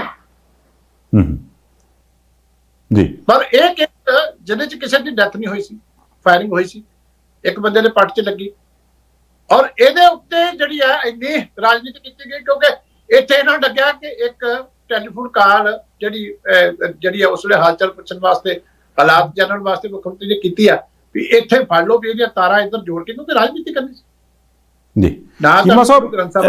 ਚੀਮਾ ਸਾਹਿਬ ਤੁਹਾਨੂੰ ਉਸ ਜਾਂਚ ਦਾ ਫਿਕਰ ਜਿਹੜੀ ਬਾਈਬਲ ਕਲਾਂ ਦੀ, ਤੇ ਹੁਣ ਫਿਕਰ ਤੁਹਾਨੂੰ ਕਿਸ ਗੱਲ ਦਾ ਸਾਰਾ ਸੀ ਵੀ ਕੁੰਵਰ ਵਿਜੇ ਪ੍ਰਤਾਪ ਵਾਲਾ ਵੀ ਜਿਹੜੇ ਚੱਕੇ ਜਿਹਦੇ ਕੋਲ ਜਾਂਚ ਹੈ ਨਹੀਂ। ਬਿਲਕੁਲ ਇਹਨੇ ਕੋਰਟ ਦੇ ਵਿੱਚ ਵੀ ਲਿਖ ਕੇ ਦਿੱਤਾ, ਜੱਜ ਸਾਹਿਬ ਨੇ ਨੋਟਿਸ ਲਿਆ ਵੀ ਤੇਰੇ ਕੋਲ ਤਾਂ ਜਾਂਚ ਹੀ ਨਹੀਂ ਸੀ ਤੇ ਤੂੰ ਸੈਸ਼ਨ ਕੋਰਟ 'ਚ ਕਿੱਦਾਂ ਲਿਖ ਕੇ ਦਿੱਤਾ ਕਿ ਬੇਅਦਬੀਆਂ ਦੇ ਜਾਂਚ ਦੇ ਵਿੱਚ ਇਸ ਜੱਜ ਨੂੰ ਨਾ ਲੈ ਜਾਵੇ। ਇਹ ਤਾਂ ਚੀਜ਼ਾਂ ਬਾਅਦ 'ਚ ਨਹੀਂ ਪੈਣਗੀਆਂ। ਚੀਮਾ ਸਾਹਿਬ ਆ ਜਿਹੜਾ ਤੁਸੀਂ ਹੁਣ ਇਨਸੀਡੈਂਟ ਦਾ ਜ਼ਿਕਰ ਕੀਤਾ, ਹੁਣ ਕੋਟਕਪੂਰਾ ਕਾਂਡ ਦੇ ਵਿੱਚ ਜਿਹੜਾ ਉਹ ਮੁੱਖ ਗਵਾਹ, ਮੇਰਾ ਖਿਆਲ ਜੇ ਮੈਂ ਗਲਤ ਨਹੀਂ ਤੇ ਨਾਂ ਉਹਦਾ ਅਜੀਤ ਸੋਹਾ ਜਿਹਦੇ ਪੱਟ 'ਚ ਗੋਲੀ ਲੱਗੀ ਸੀ, ਹੁਣ ਉਹਦੇ ਬਾਰੇ ਵੀ ਕੁੰਵਰ ਵਿਜੇ ਪ੍ਰਤਾਪ ਹੋਰਾਂ ਨੇ ਕਿਹਾ ਸੀ ਵੀ ਉਹ ਬੰਦੇ ਨੂੰ ਸ਼ਾਇਦ ਹੁਣ ਸ਼੍ਰੋਮਣੀ ਕਮੇਟੀ ਵੱਲੋਂ ਉੱਥੇ ਸੱਦ ਕੇ ਤੇ ਉਹਨੂੰ ਲਾਲਚ ਦੇ ਕੇ ਤੇ ਭਰਮਾਇਆ ਜਾ ਰਿਹਾ ਸੀ। ਮੇਬੀ ਉਹ ਇਹ ਵੀ ਜ਼ਿਕਰ ਕਰਦੇ ਨੇ ਵੀ ਕੱਲ ਨੂੰ ਉਹਦੇ ਨਾਲ ਵੀ ਕੋਈ ਮਾੜੀ ਘਟਨਾ ਵਾਪਰ ਸਕਦੀ ਸੀ। ਉਹ ਵਾਲੇ ਦੋਸ਼ਾਂ ਦੇ ਉੱਪਰ ਕੋਈ ਜਵਾਬ ਆਇਆ ਨਹੀਂ ਨਹੀਂ ਉਦੋਂ ਬਾਅਦ ਉਹ ਬੰਦੇ ਨੇ ਹੁਣ ਰਿਕਾਰਡ ਆ ਕੇ ਕਿਹਾ ਕਿ ਬਿਲਕੁਲ ਝੂਠ ਬੋਲਦਾ ਵੀ ਮੈਂ ਅੱਜ ਤੱਕ ਨਹੀਂ ਮਿਲਿਆ ਵੀ ਸਰਦਾਰ ਸੁਖਬੀਰ ਸਿੰਘ ਬਾਦਲ ਨੂੰ ਜਾਂ ਕਿਸੇ ਨੂੰ। ਵੈਸੇ ਉਹ ਗਰੰਟੀ ਆ, ਉਹ ਕਹਿੰਦਾ ਮੈਂ ਵੈਸੇ ਐਪਲੀਕੇਸ਼ਨ ਦਿੱਤੀ ਸੀ ਐਸਜੀਪੀਸੀ, ਪਰ ਅੱਜ ਤੱਕ ਮੈਨੂੰ ਕਿਸੇ ਨੇ ਜਿਹੜਾ ਅਪਰੋਚ ਨਹੀਂ ਕੀਤਾ, ਉਹਨੇ ਆਪ ਆ ਕੇ ਸਫਾਈ ਦਿੱਤੀ ਜੀ। ਨਹੀਂ ਪਰ ਤਾਂ ਹੀ ਕਿਹਾ ਨਾ ਸਾਰੀ ਰਾਜਨੀਤੀ ਜਿਹੜੀ ਆ ਫੋਕਸ ਕਰ ਦਿੱਤੀ ਇਹਨਾਂ ਨੇ ਕੋਟਕਪੂਰਾ ਦੇ ਉੱਤੇ। ਆ ਹੁਣ ਜਿਹੜੀਆਂ ਗੰਭੀਰ ਗੱਲਾਂ ਨਹੀਂ ਜਿਹੜੀਆਂ ਮੈਂ ਤੁਹਾਨੂੰ ਦੱਸ ਰਿਹਾ, ਦੂਜੀ ਦੇ ਵੀ ਸੈੱਟ ਚੇਂਜ ਹੋ ਗਈ, ਕਿਸੇ ਨੇ ਬੋਲਿਆ ਕਿਉਂ ਨਹੀਂ ਕੋਈ? ਇਹ ਸਾਰੀ ਤਰ੍ਹਾਂ ਨੂੰ ਬੋਲਣਾ ਚਾਹੀਦਾ ਨੇ। ਗੁਰੂ ਗ੍ਰੰਥ ਸਾਹਿਬ ਵਾਲੀ ਜਾਂਚ ਸਭ ਤੋਂ ਇੰਪੋਰਟੈਂਟ ਤਾਂ ਹੋਈ ਹੈ ਨਾ, ਜਦੋਂ ਗੁਰੂ ਗ੍ਰੰਥ ਸਾਹਿਬ ਚੋਰੀ ਹੋਇਆ ਤੇ ਗੱਲ ਤਾਂ ਬਾਕੀ ਤਾਂ ਉਸ ਤੋਂ ਬਾਅਦ ਦੀਆਂ ਘਟਨਾਵਾਂ ਨੇ ਨਾ, ਲੋਕਾਂ ਨੇ ਪਹਿਰਾ ਦਿੱਤਾ, ਧਰਨੇ ਲੱਗੇ, ਉਹਦੇ ਚ ਕੁਝ ਵਾਇਲੈਂਸ ਹੋਇਆ। ਬਿਲਕੁਲ ਠੀਕ। ਅੱਛਾ, ਮੇਨ ਵਾਲੇ ਪਾਸੇ ਕੋਈ ਕਿਉਂ ਨਹੀਂ ਜਾ ਰਿਹਾ ਜੀ? ਇਹਦੇ ਕੋਈ ਬੋਲਣ ਨੂੰ ਤਿਆਰ ਨਹੀਂ, ਅਜਿਹੀਆਂ ਪੰਥਕ ਧਿਰਾਂ ਕੋਈ ਬੋਲਣ ਨੂੰ ਤਿਆਰ ਨਹੀਂ। ਜੀ ਜੀ ਜੀ ਚੀਮਾ ਸਾਹਿਬ, ਇੱਕ ਚੀਜ਼ ਦੱਸੋ ਕਿ ਇਹ ਜਿਹੜਾ ਇਸ ਵਕਤ ਜਿੱਥੇ ਆ ਕੇ ਕੇਸ ਇਹ ਖੜ ਗਿਆ, ਇਹਦੇ ਵਿੱਚ ਹੁਣ ਠੀਕ ਹੈ, ਤੁਸੀਂ ਜਦੋਂ ਆਪਣੇ ਪੱਖ ਰੱਖਦੇ ਹੋ, ਤੁਸੀਂ ਆਪਣੀਆਂ ਗੱਲਾਂ ਕਰਦੇ ਹੋ, ਉਹ ਵੀ ਸਹੀ ਜਾਪਦੀਆਂ ਨੇ। ਕੁੰਵਰ ਵਿਜੇ ਪ੍ਰਤਾਪ ਸਿੰਘ ਹੋਰੀ ਆਪਣਾ ਪੱਖ ਰੱਖਦੇ ਨੇ, ਸੁਣਨ ਵਾਲਿਆਂ ਨੂੰ ਉਹ ਵੀ ਠੀਕ ਲੱਗਦਾ। ਜਦੋਂ ਕਾਂਗਰਸ ਪਾਰਟੀ ਰੱਖਦੀ ਹੈ ਤੇ ਉਹ ਆਪਣੇ ਵੱਲੋਂ ਆਪਣੇ ਆਪ ਨੂੰ ਸਹੀ ਠਹਿਰਾਉਂਦੇ। ਹੁਣ ਸਾਰੀਆਂ ਧਿਰਾਂ ਆਪਣੇ ਆਪ ਨੂੰ ਸਹੀ ਠਹਿਰਾਉਣ ਲੱਗ ਪਈਆਂ, ਪਰ ਗੱਲ ਇਹ ਆ ਕਿ ਇਸ ਕੇਸ ਦੇ ਵਿੱਚ ਉਦੋਂ ਬਹੁਤ ਵੱਡੇ ਲੈਵਲ ਦੇ ਅਫਸਰ ਵੀ ਉੱਥੇ ਹਾਜ਼ਰ ਸੀ ਜਿਸ ਮੌਕੇ ਤੇ ਸਾਰਾ ਕੁਝ ਵਾਪਰਿਆ ਹੋਇਆ। ਉਦੋਂ ਜਿਨ੍ਹਾਂ ਵੱਲੋਂ ਗੋਲੀ ਚਲਾਈ ਗਈ ਜਾਂ ਜਿਨ੍ਹਾਂ ਦੇ ਨਾਲ ਝਗੜਾ ਹੋਇਆ, ਉਹ ਪੁਲਿਸ ਵੀ ਪੰਜਾਬ ਦੀ ਸੀ। ਉਹ ਸਾਰੇ ਬੰਦੇ, ਉਹ ਜਿਹੜੇ ਵੀ ਬੰਦੇ ਉਦੋਂ ਉੱਥੇ ਮੌਕੇ ਤੇ ਮੌਜੂਦ ਸੀ, ਉਹ ਟੋਟਲੀ ਕਿਸੇ ਪਾਸਿਓਂ ਵੀ ਇਸ ਵਕਤ ਨਾ ਤਾਂ ਇਸ ਜੱਜਮੈਂਟ 'ਚ ਲਾ ਲਓ ਜਾਂ ਇਸ ਤੋਂ ਪਹਿਲਾਂ ਦੀ ਕਿਸੇ ਜਾਂਚ ਰਿਪੋਰਟ ਦੇ ਵਿੱਚ, ਉਹ ਕਿਸੇ ਪਾਸਿਓਂ ਲੋਕਾਂ ਨੂੰ ਤਣਪੱਤਣ ਜੇ ਨਹੀਂ ਗੱਲ ਲੱਗਦੀ ਜਾਪਦੀ ਵੀ ਅੱਛਾ ਯਾਰ ਇੰਨੀ ਕੁ ਗੱਲ ਤਾਂ ਸਹੀ ਹੋ ਗਈ, ਇੰਨੀ ਕੁ ਗੱਲ ਤਾਂ ਨਿਖੜ ਕੇ ਸਾਹਮਣੇ ਆ ਗਈ, ਬਾਕੀ ਸਿਆਸਤ ਹੈ। ਇਹ ਟੋਟਲੀ ਸਾਰੀ ਦੀ ਸਾਰੀ ਸਿਆਸਤ ਕਿੱਦਾਂ ਹੋ ਗਈ? ਦੇਖੋ ਗੱਲ ਇਹ ਆ, ਜਿਹੜੀ ਬਾਈਬਲ ਕਲਾਂ ਦੀ ਨਾ, ਇੱਕ ਤਾਂ ਨਾ ਜਿਹੜੀ ਆ ਇੰਨੀ ਕਨਫਿਊਜ਼ਨ ਇਹਦੇ ਤੇ ਕ੍ਰੀਏਟ ਕੀਤੀ ਆ, ਪੜ੍ਹੇ ਲਿਖੇ ਬੰਦਿਆਂ ਨੂੰ ਵੀ ਨਹੀਂ ਪਤਾ ਲੱਗਦਾ ਵੀ ਗੱਲ ਕਿਹੜੀ ਆ। ਬਹੁਤ ਸਾਰੇ ਬੰਦਿਆਂ ਨੂੰ ਕੋਟਕਪੂਰਾ ਦਾ ਤੇ ਬਾਈਬਲ ਕਲਾਂ ਦਾ ਤੇ ਬਰਗਾੜੀ ਦਾ ਤਿੰਨਾਂ ਦਾ ਫਰਕ ਹੀ ਨਹੀਂ ਪਤਾ ਜੀ ਜੀ, ਕਿਉਂਕਿ ਇੰਨੀ ਲਗਾਤਾਰ ਜਿਹੜਾ ਬੰਦਾ ਲਗਾਤਾਰ ਬਰੀਕੀ ਨਾਲ ਨਹੀਂ ਪੜ੍ਹਦਾ, ਕਦੀ ਕੋਈ ਖਬਰ ਕਦੀ ਕੋਈ, ਕਿਸੇ ਨੂੰ ਲੱਗਦਾ ਕਿ ਸਾਰਾ ਕੁਝ ਇਕੱਠਾ ਹੀ ਹੈ। ਇਹ ਲੱਗਦਾ ਘਟਨਾਵਾਂ ਨੇ ਵੱਖਰੇ ਟਾਈਮ ਦੇ ਉੱਤੇ ਹੋਈਆਂ ਤਿੰਨੇ। ਪਹਿਲੀ ਤਾਂ ਗੱਲ ਹੈ। ਦੂਜੀ ਗੱਲ ਹੈ ਕਿ ਜਿਹੜੀ ਬਾਈਬਲ ਕਲਾਂ ਦੇ ਵਿੱਚ ਸੀ, ਜਿਹੜੀ ਹੈ 302 ਦਾ ਪਰਚਾ ਤਾਂ ਪਰਮਪ੍ਰੀਤ ਸਿੰਘ ਸੋਹਤਾ ADGP ਜਿਹੜੇ ਆ ਉਹਨਾਂ ਦੀ SIT ਅਸੀਂ ਬਣਾਈ ਸੀ ਜੀ। ਜਦੋਂ 14 ਤਰੀਕ ਨੂੰ ਇਨਸੀਡੈਂਟ ਹੋ ਗਿਆ ਤੇ 21 ਤਰੀਕ ਨੂੰ ਉਹਨਾਂ ਨੇ 302 ਦਾ ਪਰਚਾ ਕਰ ਦਿੱਤਾ ਸੀਗਾ। ਉਹਦੇ ਚ ਚਰਨਜੀਤ ਸ਼ਰਮਾ ਨੂੰ ਨਾਲ ਦੀ ਨਾਲ ਹੋਮ ਮਿਨਿਸਟਰ ਨੇ ਸਸਪੈਂਡ ਵੀ ਕਰਤਾ ਸੀ ਜੀ, ਨਾਲ ਉਹਦੇ ਚ ਹੋਰ ਵੀ ਅਫਸਰ ਦੇ ਨਾਂ ਦਿੱਤੇ ਸੀ। ਇਹ ਤਾਂ ਜਿਹੜੇ ਨਾ ਸਿਰਫ ਇੱਕ ਸਾਡਾ ਸਟਾਈਲ ਬਣ ਗਿਆ ਵੀ ਅਣਪਛਾਤੀ ਪੁਲਿਸ ਦੀ, ਜਿਹਨੂੰ ਪੁੱਛੋ ਆਪ ਵਾਲੇ ਇੱਕ ਰਲ ਗਏ ਇਹੋ ਜਿਹੇ ਅਣਪਛਾਤੀ ਪੁਲਿਸ ਦੀ। ਇਹਨੂੰ ਪੁੱਛੋ ਵੀ ਜਿਹੜੀ ਪਰਮਵੀਰ ਸੋਹਤਾ ਦੇ ਆਰਡਰ ਤਾਂ ਪੜ੍ਹ ਲਓ, 302 ਦਾ ਕੁਝ ਕਨਵਰਟ ਕੀਤਾ ਸੀ ਪਰਚਾ ਜਿਹੜਾ ਬਾਈਬਲ ਕਲਾਂ ਦਾ। ਚਰਨਜੀਤ ਸ਼ਰਮਾ ਉਹਦੇ ਚ ਹੋਮ ਮਿਨਿਸਟਰ ਨੇ ਉਸੇ ਦਿਨ ਹੀ ਸਸਪੈਂਡ ਕੀਤਾ ਸੀ, ਨਾਲ ਉਹਦੇ ਚ ਹੋਰ ਅਫਸਰਾਂ ਦੇ ਨਾਮ ਸੀ ਜੀ। ਪਰ ਉਹ ਨਹੀਂ ਨਾ, ਮੈਂ ਕਹਿੰਦਾ ਵੀ ਹਰ ਬੰਦਾ ਇਹਦੇ ਵਿੱਚ ਆਪਣੇ ਹਿਸਾਬ ਨਾਲ ਝੂਠ ਬੋਲਦਾ, ਕਿਉਂਕਿ ਇਹਦੇ ਚ ਇੰਨੀਆਂ ਜ਼ਿਆਦਾ ਲਗਾਤਾਰ ਵੱਖਰੀਆਂ ਘਟਨਾਵਾਂ ਹੋ ਕੇ ਕਨਫਿਊਜ਼ਨ ਹੋ ਗਈ, ਇੰਨੀਆਂ ਸਿੱਟਾਂ ਬਣ ਗਈਆਂ। ਜਿਹੜਾ ਬੰਦਾ ਕੋਈ ਲਗਾਤਾਰ ਫਾਲੋ ਨਹੀਂ ਕਰਦਾ, ਉਹਦੇ ਵੱਸ ਦਾ ਰੋਕ ਨਹੀਂ, ਆਮ ਤਰ੍ਹਾਂ ਕਨਫਿਊਜ਼ ਹੋ ਜਾਂਦਾ ਕਿਹੜੀ ਸਿੱਟ ਦੀ ਗੱਲ ਕਰਦੇ ਪਏ। ਹਾਈ ਕੋਰਟ ਨੇ ਕਿੰਨੀਆਂ ਸਿੱਟਾਂ ਚੇਂਜ ਕਰ ਦਿੱਤੀਆਂ, ਮੈਂ ਤੁਹਾਨੂੰ ਕਹਿੰਦਾ ਸਿੱਟਾਂ ਕਈ ਵਾਰੀ ਚੇਂਜ ਹੋ, ਐਜੂਕੇਸ਼ਨ ਲੱਗੀਆਂ ਸਿੱਟਾਂ ਚੇਂਜ ਹੋਈਆਂ। ਹੁਣ ਤੁਹਾਨੂੰ ਅੱਛਾ ਮੈਂ ਬੇਨਤੀ ਕਰਾਂ, ਹੁਣ ਤੁਹਾਨੂੰ ਕੀ ਲੱਗਦਾ, ਜਿੱਦਾਂ ਲਗਭਗ ਫੈਸਲਾ ਕੈਬਨਿਟ ਦਾ ਆ ਗਿਆ ਤੇ ਜਾਪਦਾ ਵੀ ਇਹ ਹੈ ਕਿ ਕਾਂਗਰਸ ਪਾਰਟੀ ਜਾਂ ਪੰਜਾਬ ਸਰਕਾਰ ਇੱਕ ਨਵੀਂ ਸਿੱਟ ਬਣਾ ਦੇਗੀ ਤੇ ਬਹੁਤ ਛੇਤੀ, ਜਿੱਦਾਂ ਉਹਨਾਂ ਵੱਲੋਂ ਕਿਹਾ ਗਿਆ ਕਿ ਅਸੀਂ ਸਾਰੇ ਕੁਝ ਦੀ ਜਾਂਚ ਕਰਕੇ ਤੇ ਕਿਸੇ ਨਾ ਕਿਸੇ ਤਣਪੱਤਰ ਇਸ ਚੀਜ਼ ਨੂੰ ਲਾ ਦੇਵਾਂਗੇ। ਤੁਹਾਨੂੰ ਲੱਗਦਾ ਹੈ ਕਿ ਜੇ ਪਹਿਲਾਂ ਸਿਆਸਤ ਹੋਈ ਆ ਤੇ ਹੁਣ ਵੋਟਾਂ ਦਾ ਜਦੋਂ ਦੌਰ ਕੰਮ ਸ਼ੁਰੂ ਹੋ ਜਾਣਾ, ਉਦੋਂ ਕਾਂਗਰਸ ਪਾਰਟੀ ਇੱਕ ਨਵੀਂ ਸਿੱਟ ਬਣਾ ਕੇ ਤੇ ਇਹ ਫੈਸਲਾ ਜਿਵੇਂ ਦੁੱਧ ਦਾ ਦੁੱਧ ਤੇ ਪਾਣੀ ਦਾ ਪਾਣੀ ਕਰ ਦੂਗੀ ਜਾਂ ਕਰਵਾ ਦੂਗੀ? ਫਿਰ ਉੱਤੇ ਉਹਨਾਂ ਨਵੀਂ ਸਿੱਟ ਬਣਾ ਦੂਗੀ, ਕੋਟਕਪੂਰੇ ਫਾਇਰਿੰਗ ਦੀ ਹੋ ਜੂਗੀ ਨਾ ਜੀ। ਦੂਜਿਆਂ ਦਾ ਸਿੱਟਾਂ ਬਣੀਆਂ ਹੋਈਆਂ ਨੇ, ਉਹ IG ਪਰਮਾਰ ਸਾਹਿਬ ਦੀ ਜਾਂਚ ਕਰ ਰਹੇ ਆ। ਉਹਦੀ ਜਿਹੜੀ ਹੈਗੀ ਆ ਜਿਹੜੀ ਸਾਰੀ ਬੇਦਬੀ ਵਾਲੀਆਂ ਤਿੰਨੇ ਘਟਨਾਵਾਂ ਵਾ ਜਿਹੜਾ ਜ਼ਿਕਰ ਕੀਤਾ, ਬਾਈਬਲ ਕਲਾਂ ਦੀ ਆਲਰੇਡੀ ਜਿਹੜੀ ਹੈਗੀ ਆ ਉਹ ਸਰਦਾਰ ਸਤਿੰਦਰ ਸਿੰਘ ਨੇ ਕਰਕੇ ਤੇ ਉਹ ਚਲਾਨ ਟੂ ਕੋਰਟ ਕੀਤਾ ਹੋਇਆ ਜੀ। ਇਸ ਕਰਕੇ ਇਹ ਹੁਣ ਫਿਰ ਦੁੱਧ ਪਾਣੀ ਤੇ ਪਾਣੀ ਕੀ ਕਰਨਗੇ? ਇੱਥੇ ਤਾਂ ਸਿਰਫ ਜਿਹੜੀ ਹੈਗੀ ਆ 8-9 ਮਿੰਟ ਦਾ ਜਿਹੜਾ ਉਸ ਵੇਲੇ ਘਮਸਾਨ ਮਚਿਆ ਧਰਨਾ ਚੁਕਾਉਂਦਿਆਂ, ਇਹ ਤਾਂ ਜਾਂਚ ਹੀ ਹੋਣੀ ਹੈ। ਦੋ FIR ਆ, ਇੱਕ FIR ਨੰਬਰ 192 ਆ, ਇੱਕ FIR ਨੰਬਰ ਜਿਹੜੀ 2015 ਸੀ, ਇੱਕ FIR 129 ਆ ਜਿਹੜੀ 2018 ਚ ਕੁੰਵਰ ਵਿਜੇ ਪ੍ਰਤਾਪ ਨੇ ਆ ਕੇ ਦੁਬਾਰਾ ਦਰਜ ਕੀਤੀ, ਜਿਹੜੀ ਕਿ ਦਰਜ ਨਹੀਂ ਕਰਨੀ ਚਾਹੀਦੀ ਸੀ। ਉਸੇ ਦੀ ਇਨਵੈਸਟੀਗੇਸ਼ਨ ਹੋਣੀ ਚਾਹੀਦੀ ਸੀ, ਉਸੇ 'ਚ ਸਾਰੇ ਪੱਖ ਹੋਣੇ ਚਾਹੀਦੇ ਸੀ, ਪਰ ਚਲੋ ਇਹਨੇ ਕਰ ਦਿੱਤੀ। ਹੁਣ ਕੋਰਟ ਨੇ ਕਿਹਾ ਕਿ ਇਹਨਾਂ ਦੋਨਾਂ ਦੀ ਇਕੱਠੀ ਜਾਂਚ ਫਿਰ ਕਰ ਲਓ, ਨਵੀਂ SIT ਬਣਾ ਕੇ। ਹੁਣ ਦੱਸੋ ਬਣਨਾ ਪਿਆ ਨਾ ਕੋਰਟ ਦਾ, ਕਹਿੰਦੇ ਸੀ ਬਿਲਕੁਲ। ਸੁਪਰੀਮ ਕੋਰਟ ਕਰ ਦਾਂਗੇ, ਪਤਾ ਨਾ ਕੱਖ ਨਹੀਂ ਬਣਨਾ, ਕਿਉਂਕਿ ਸਾਰਾ ਹੀ ਝੂਠ ਸਾਬਤ ਹੋ ਗਿਆ। ਅੱਜ ਤੱਕ ਕਿਸੇ ਇਨਵੈਸਟੀਗੇਸ਼ਨ ਦੀਆਂ ਇਦਾਂ ਧੱਜੀਆਂ 70 ਸਾਲਾਂ ਦੇ ਇਤਿਹਾਸ ਦੇ ਵਿੱਚ ਜਿਹੜੇ ਪੜ੍ਹ ਕੇ ਦੇਖ ਲਓ, ਕਿਸੇ ਇਨਵੈਸਟੀਗੇਸ਼ਨ ਦੀਆਂ ਇਸ ਲੈਵਲ ਤੱਕ ਧੱਜੀਆਂ ਉੱਡੀਆਂ ਹੋ ਬਿਲਕੁਲ ਕਿ ਸਰਕਾਰ ਸੁਪਰੀਮ ਕੋਰਟ ਜਾਣ ਤੱਕ ਨਹੀਂ। ਹੁਣ ਸੁਪਰੀਮ ਕੋਰਟ ਜਾ ਰਹੇ ਆ ਸਿਰਫ ਇੱਕ ਗੱਲ ਵਾਸਤੇ ਕਿ ਜਿਹੜਾ ਵਿੱਚ ਕਾਂਗਰਸ ਦਾ ਰੋਲ ਲਿਖ ਦਿੱਤਾ ਜੱਜ ਸਾਹਿਬ ਨੇ, ਵੀ ਸਰਕਾਰ ਰਲੀ ਹੋਈ ਸੀ ਨਾਲ ਇਹ ਸਾਰੀ ਸਾਜ਼ਿਸ਼ ਦੇ ਵਿੱਚ, ਉਹ ਕੱਢ ਦਿਓ ਵਿੱਚੋਂ। ਜੀ ਜੀ ਉਹਨਾਂ ਪਾਰਟ ਚੈਲੰਜ ਕਰਨ ਲੱਗੇ ਆ, ਐਸਆਈਟੀ ਨਵਾਂ ਕੱਲ ਇਹਨਾਂ ਨੇ ਕਹਿਤਾ ਕਿ ਬਣਾ ਦੇਣ ਜੀ, ਕਿਉਂਕਿ ਅਦਾਲਤ ਨੇ ਕੁਝ ਗਲਤ ਕਿਹਾ ਹੀ ਨਹੀਂ। ਇਹ ਜਦੋਂ ਕੇਸ ਸ਼ੁਰੂ ਹੋਇਆ ਸੀ ਸਿਰਫ ਇੰਨੀ ਗੱਲ ਦੇ ਉੱਤੇ ਐਸਐਚਓ ਉੱਥੇ ਗਿਆ ਸੀ ਕਿ ਇਹ ਅਫਸਰ ਬਾਇਸ ਹੈ, ਇਹ ਇਨਕੁਆਇਰੀ ਠੀਕ ਨਹੀਂ ਕਰ ਰਿਹਾ, ਸਾਨੂੰ ਜਿਹੜੇ ਮਰਜ਼ੀ ਅਫਸਰ ਤੋਂ ਇਨਕੁਆਇਰੀ ਕਰਾ ਦਿਓ, ਇਹਨੂੰ ਕੱਢ ਦਿਓ। ਅਦਾਲਤ ਨੇ ਉਦੋਂ ਨਹੀਂ ਪੁੱਛਿਆ ਸੀ ਸਰਕਾਰ ਨੂੰ ਕਿ ਦੇਖੋ ਛੋਟੀ ਜਿਹੀ ਗੱਲ ਆ, ਇਨਕੁਆਇਰੀ ਅਫਸਰ ਅਕਸਰ ਲੋਕੀ ਡਿਮਾਂਡ ਕਰਦੇ ਆ, ਬਹੁਤ ਵਾਰੀ ਐਲੀਗੇਸ਼ਨ ਲੱਗਦੀ ਹੈ, ਇਨਕੁਆਇਰੀ ਅਫਸਰ ਆਪੇ ਪਿੱਛੇ ਹਟ ਜਾਂਦੇ, ਦੂਜੇ ਨੂੰ ਦੇ ਦਿਓ। ਸਰਕਾਰ ਅੜਦੀ ਕਿ ਤੋਂ ਸਿਵਾਏ ਹੋਰ ਕੋਈ ਅਫਸਰ ਜਾਂਚ ਕਰ ਨਹੀਂ ਸਕਦਾ। ਤਾਂ ਜੱਜ ਨੇ ਕਿਹਾ ਵੀ ਠੀਕ ਹੈ, ਮੈਨੂੰ ਕੇਸ ਸੁਣਨਾ ਪਊਗਾ, ਤੁਸੀਂ ਆਪਣਾ ਪੱਖ ਦੱਸੋ। ਪੱਖ ਦੱਸਦੇ ਜਦੋਂ ਸਾਰਾ ਕੁਝ ਸਾਹਮਣੇ ਆ ਗਿਆ ਤੇ ਹੁਣ ਉਹ ਬੰਦਾ ਉੱਥੇ ਖੜਿਆ ਨਹੀਂ, ਪ੍ਰੀ ਮੈਚੁਰ ਲੈ ਕੇ ਰਿਟਾਇਰਮੈਂਟ ਭੱਜ ਗਿਆ, ਕਿਉਂਕਿ ਉਹਨੂੰ ਪਤਾ ਕਿ ਮੈਂ ਅੰਦਰ ਹੋ ਜਾਣਾ। ਅੱਛਾ ਚੀਮਾ ਸਾਹਿਬ ਮੈਨੂਫੈਕਚਰਿੰਗ ਐਵੀਡੈਂਸ ਦੈਟ ਮੀਨ ਤੁਸੀਂ ਜਾਲਸਾਜ਼ੀ ਕਰ ਰਹੇ ਹੋ। ਉਹਨੂੰ ਪਤਾ ਸੀ ਕਿ ਮੈਂ ਅੰਦਰ ਹੋ ਜਾਣਾ, ਮੈਨੂੰ ਪੈਨਸ਼ਨ ਵੀ ਨਹੀਂ ਮਿਲਣੀ। ਉਹ ਦੇਖੋ ਜੱਜਮੈਂਟ ਦੇ ਰਿਟਨ ਆਰਡਰ ਆਉਣ ਤੋਂ ਪਹਿਲਾਂ ਅਸਤੀਫਾ ਦੇ ਕੇ ਭੱਜ ਗਿਆ। ਜੇ ਉਹ ਚ ਦਮ ਸੀ ਤਾਂ ਹੁਣ ਖੜਦਾ। ਚੀਮਾ ਸਾਹਿਬ ਨਿੱਕੇ ਦੋ ਸਵਾਲ ਹੋਰ ਨੇ, ਮੈਨੂੰ ਇਹ ਹੈ ਕਿ ਆਪਣਾ ਸਮਾਂ ਵੀ ਘੱਟ ਰਹਿੰਦਾ ਜਾ ਰਿਹਾ। ਇੱਕ ਤਾਂ ਕੁੰਵਰ ਵਿਜੇ ਪ੍ਰਤਾਪ ਸਿੰਘ ਹੋਰੀ ਇਹ ਦੋਸ਼ ਲਾਉਂਦੇ ਨੇ, ਮੇਰੇ ਨਾਲ ਗੱਲ ਕਰਦੇ ਹੋਏ ਉਹਨਾਂ ਇਸ ਚੀਜ਼ ਦਾ ਜ਼ਿਕਰ ਕੀਤਾ ਸੀ ਵੀ ਜਿਹੜੇ ਐਸਐਚਓ ਵੱਲੋਂ ਇਹ ਕੇਸ ਕੀਤਾ ਗਿਆ, ਉਹ ਜਿਹੜਾ ਬੰਦਾ ਹੈ ਉਹਦੀ ਉਨੀ ਤਾਂ ਆਮਦਨ ਕਮਾਈ ਨਹੀਂ ਹੈਗੀ ਜਿੰਨੇ ਫੀਸਾਂ ਵਾਲੇ ਵਕੀਲ ਖੜੇ ਕਰਕੇ ਤੇ ਸਾਰਾ ਕੇਸ ਲੜਿਆ ਗਿਆ। ਤੇ ਜਿਹੜੀਆਂ ਉਹ ਤਰੀਕਾਂ ਦੱਸਦੇ ਨੇ ਕਿ ਵੀ ਇਸ ਤਰੀਕ ਨੂੰ ਸੀਬੀਆਈ ਉੱਥੋਂ ਕੇਸ ਵਾਪਸ ਲੈਣ ਦੀ ਗੱਲ ਕਰਦੀ ਹੈ, ਇਸ ਤਰੀਕ ਨੂੰ ਜਾ ਕੇ ਫਲਾਨੀ ਪਟੀਸ਼ਨ ਦਾਇਰ ਕੀਤੀ ਜਾਂਦੀ ਹੈ, ਉਹ ਇਨਡਾਇਰੈਕਟ ਤਰੀਕੇ ਨਾਲ ਇਸ਼ਾਰਾ ਸ਼੍ਰੋਮਣੀ ਅਕਾਲੀ ਦਲ ਵਾਲੇ ਪਾਸੇ ਕਰਦੇ ਆ। ਉਹਨਾਂ ਗੱਲਾਂ ਦਾ ਕੋਈ ਜਵਾਬ ਜੀ? ਚਲੋ ਇਹ ਤਾਂ ਛੋਟਾ ਜਿਹਾ ਇਸ਼ਾਰਾ, ਉਹਨੇ ਤਾਂ ਸਾਡੇ ਖਿਲਾਫ ਇੰਨੇ ਵੱਡੇ ਇਸ਼ਾਰੇ ਕਰ ਦਿੱਤੇ। ਇਸ ਗੱਲ ਦੀ ਕੋਈ ਨਹੀਂ। ਦੇਖੋ ਗੱਲ ਇਹ ਹੈ ਕਿ ਜਿਹਦੀ ਨੌਕਰੀ ਜਾਂਦੀ ਹੈ ਨਾ ਐਸਐਚਓ ਲੱਗੇ ਦੀ ਜੀ, ਅਗਲਾ ਆਪਣੇ ਜਿਹੜੀ ਜ਼ਿੰਦਗੀ ਨੂੰ ਬਚਾਉਣ ਵਾਸਤੇ, ਆਪਣੇ ਕੈਰੀਅਰ ਨੂੰ ਬਚਾਉਣ ਵਾਸਤੇ ਕੋਸ਼ਿਸ਼ ਕਰਦਾ ਕਿ ਜੋ ਬੈਸਟ ਹਾਈ ਕੋਰਟ ਦਾ ਵਕੀਲ ਆ ਕਰਦਾ ਜੀ। ਸੋ ਆਰ ਐਸ ਚੀਮਾ ਸਾਹਿਬ ਸਾਡੀ ਹਾਈ ਕੋਰਟ ਦੇ ਬੈਸਟ ਜਿਹੜੇ ਫੌਜਦਾਰੀ ਵਕੀਲ ਨੇ, ਇਹ ਸਾਰੀ ਦੁਨੀਆ ਨੂੰ ਪਤਾ। ਪਰ ਮੈਂ ਉਹਨੂੰ ਕੰਵਰ ਵਿਜੇ ਪ੍ਰਤਾਪ ਨੂੰ ਪੁੱਛਦਾ ਵੀ ਤੂੰ ਤਾਂ ਆਪ ਕਹਿ ਰਿਹਾ ਕਿ ਜਿਹੜੇ ਵਕੀਲ ਤੇਰੇ ਵਾਸਤੇ ਪੇਸ਼ ਹੁੰਦੇ ਸੀ ਉਹਨਾਂ ਦਾ ਇੱਕ ਦਿਨ ਦਾ ਖਰਚਾ 55 ਲੱਖ ਜੀ। ਇਹਨੇ ਕਿਹਾ ਨਾ ਕੋਰਟ ਸਾਹਿਬ ਨੇ, ਇਹਨੇ ਕਿਹਾ ਕਿ ਨਹੀਂ ਜੀ ਜੀ ਕਿ ਅੱਜ ਠਹਿਰਾਇਆ ਜਾਂਦਾ ਸੀ ਵੀ ਤੇਰਾ ਇੰਨਾ ਬੇੜਾ ਗਰਕ ਕਿਉਂ ਸੀ ਕਿ ਤੈਨੂੰ 55 ਲੱਖ ਵਾਲਾ ਵਕੀਲ ਵੀ ਨਹੀਂ ਬਚਾ ਸਕਿਆ ਜਿਹੜਾ ਇੱਕ ਪੀਸੀ ਦਾ 55 ਲੱਖ ਲੈਂਦਾ ਸੀ। ਤੇ ਤੇਰਾ ਬੇੜਾ ਕਿਉਂ ਗਰਕ ਸੀ ਵੀ ਉਧਰ ਹਾਈ ਕੋਰਟ ਦਾ ਇੱਥੇ ਦਾ ਹੀ ਜਿਹੜਾ ਸੀਨੀਅਰ ਮੋਸਟ ਐਡਵੋਕੇਟ ਹੈ ਆਰ ਐਸ ਚੀਮਾ, ਉਹੀ ਕੀਤਾ ਨਾ ਉਹਨਾਂ ਨੂੰ। ਕਿੰਨੇ ਪੈਸੇ ਦਿੱਤੇ ਤਾਂ ਉਹਨੂੰ ਪਤਾ, ਪਰ ਜਿਹਦਾ ਜ਼ਿੰਦਗੀ ਜਿਹਦੀ ਬਰਬਾਦ ਹੋ ਗਈ, ਜਿਹਦਾ ਸਰਵਿਸ ਜਾਂਦੀ ਰਹੀ ਨੈਚੁਰਲੀ, ਉਹ ਅਗਲੇ ਵਾਸਤੇ ਕਿਤੋਂ ਲਿਆਵੇ ਪੈਸੇ ਤਾਂ ਉਹਨੂੰ ਪਤਾ ਹੋਊ ਵੀ ਕੀ ਕਰਨਾ। ਪਰ ਇਹ ਸ਼੍ਰੀਮਾਨ ਕਿਉਂਕਿ 55 ਲੱਖ ਲੈਣ ਵਾਲਾ ਸਿਧਾਰਥ ਜਿਹੜੇ ਹੈਗੇ ਆ ਦੇਸ਼ ਦੇ ਜਿਹੜੇ 3-4 ਚੋਟੀ ਦੇ ਵਕੀਲ ਆ, 3-4 ਜਿਹੜੇ ਦੇਸ਼ ਦੇ ਸਭ ਤੋਂ ਟੌਪ ਦੇ ਸਾਡੇ ਲਾਇਰ ਆ ਸੁਪਰੀਮ ਕੋਰਟ ਦੇ, ਉਹਨਾਂ ਦੇ ਵਿੱਚੋਂ ਇੱਕ ਜਿਹੜਾ ਸਿਧਾਰਥ ਸੀਗਾ। ਤੇ ਤੈਨੂੰ ਕਹਿੰਦਾ ਵੀ ਮੈਂ ਵਰਲਡ ਕਲਾਸ ਇੰਟਰਨੈਸ਼ਨਲ ਲੈਵਲ ਦੀ ਜਾਂਚ ਕੀਤੀ।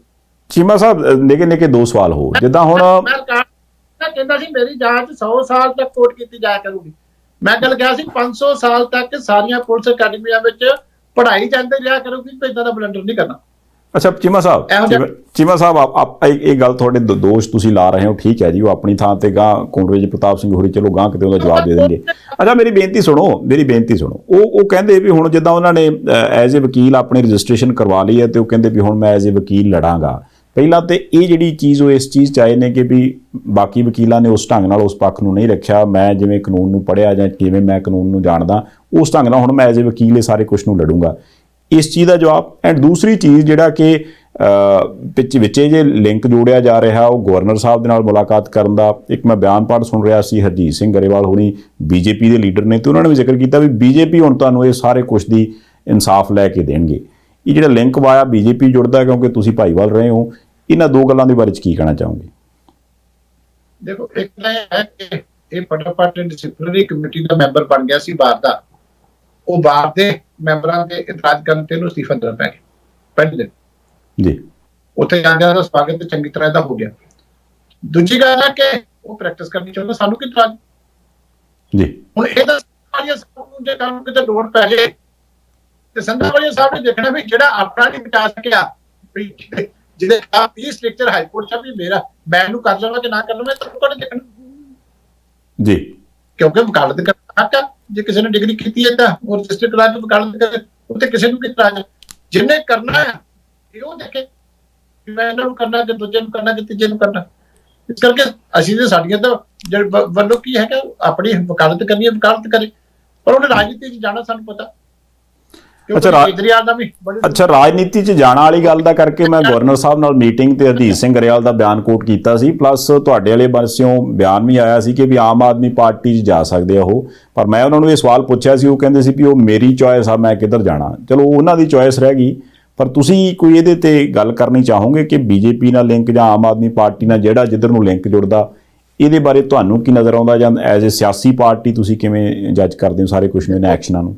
ਦੇਖੋ, ਇਹਦੇ ਕਾਂਗਰਸ ਪਾਰਟੀ ਦੇ ਲੀਡਰਾਂ ਨਾਲ, ਰੰਧਾਵਾ ਸਾਹਿਬ ਨਾਲ, ਮੁੱਖ ਮੰਤਰੀ ਸਾਹਿਬ ਨਾਲ, ਸਾਰਿਆਂ ਨੇ ਜਿਹੜੀ ਇਹਨੂੰ ਵਰਤਿਆ।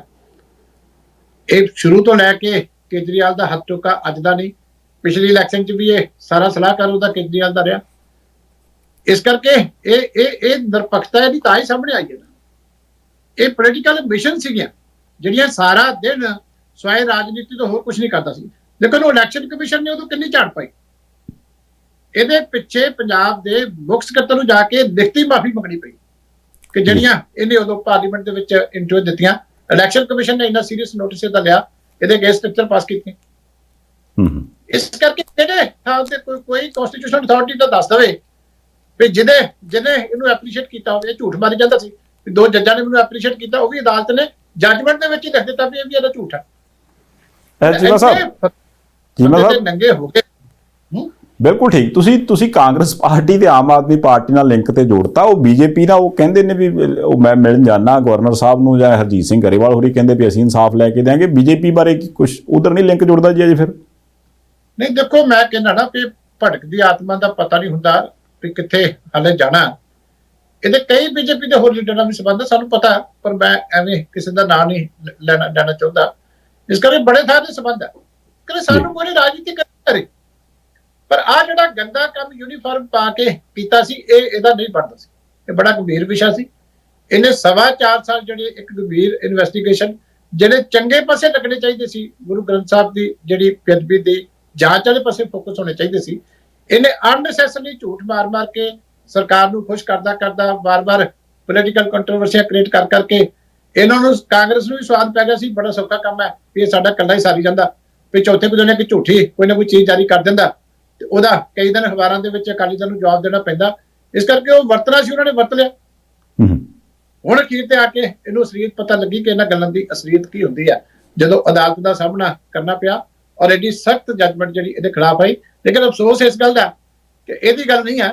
4.25 ਸਾਲ ਜਿਹੜੇ ਅੱਛੇ ਪਾਸੇ ਲਾਏ ਜਾ ਸਕਦੇ ਸੀਗੇ, ਜਿਹੜੇ ਸਰਕਾਰ ਨੂੰ ਲੋਕਾਂ ਦੇ ਕੰਮ ਕਰਨੇ ਚਾਹੀਦੇ ਸੀ, ਜਿਹੜੀਆਂ ਵਾਅਦੇ ਪੂਰੇ ਕਰਨੇ ਚਾਹੀਦੇ ਸੀ, ਨਾ ਉਹਨਾਂ ਨੇ ਇੱਕ ਕੰਮ ਕੀਤਾ। ਇੱਕੋ ਗੱਲ ਦੇ ਉੱਤੇ ਟੇਕ ਲਾ ਕੇ ਵੀ ਇਦਾਂ ਹੀ ਆਪਾਂ ਇਹਨਾਂ ਨੂੰ ਬਦਨਾਮ ਕਰਕੇ ਤੇ ਆਪਾਂ ਫੇਰ ਇਲੈਕਸ਼ਨ 'ਚ ਚਲੇ ਜਾਣਾ।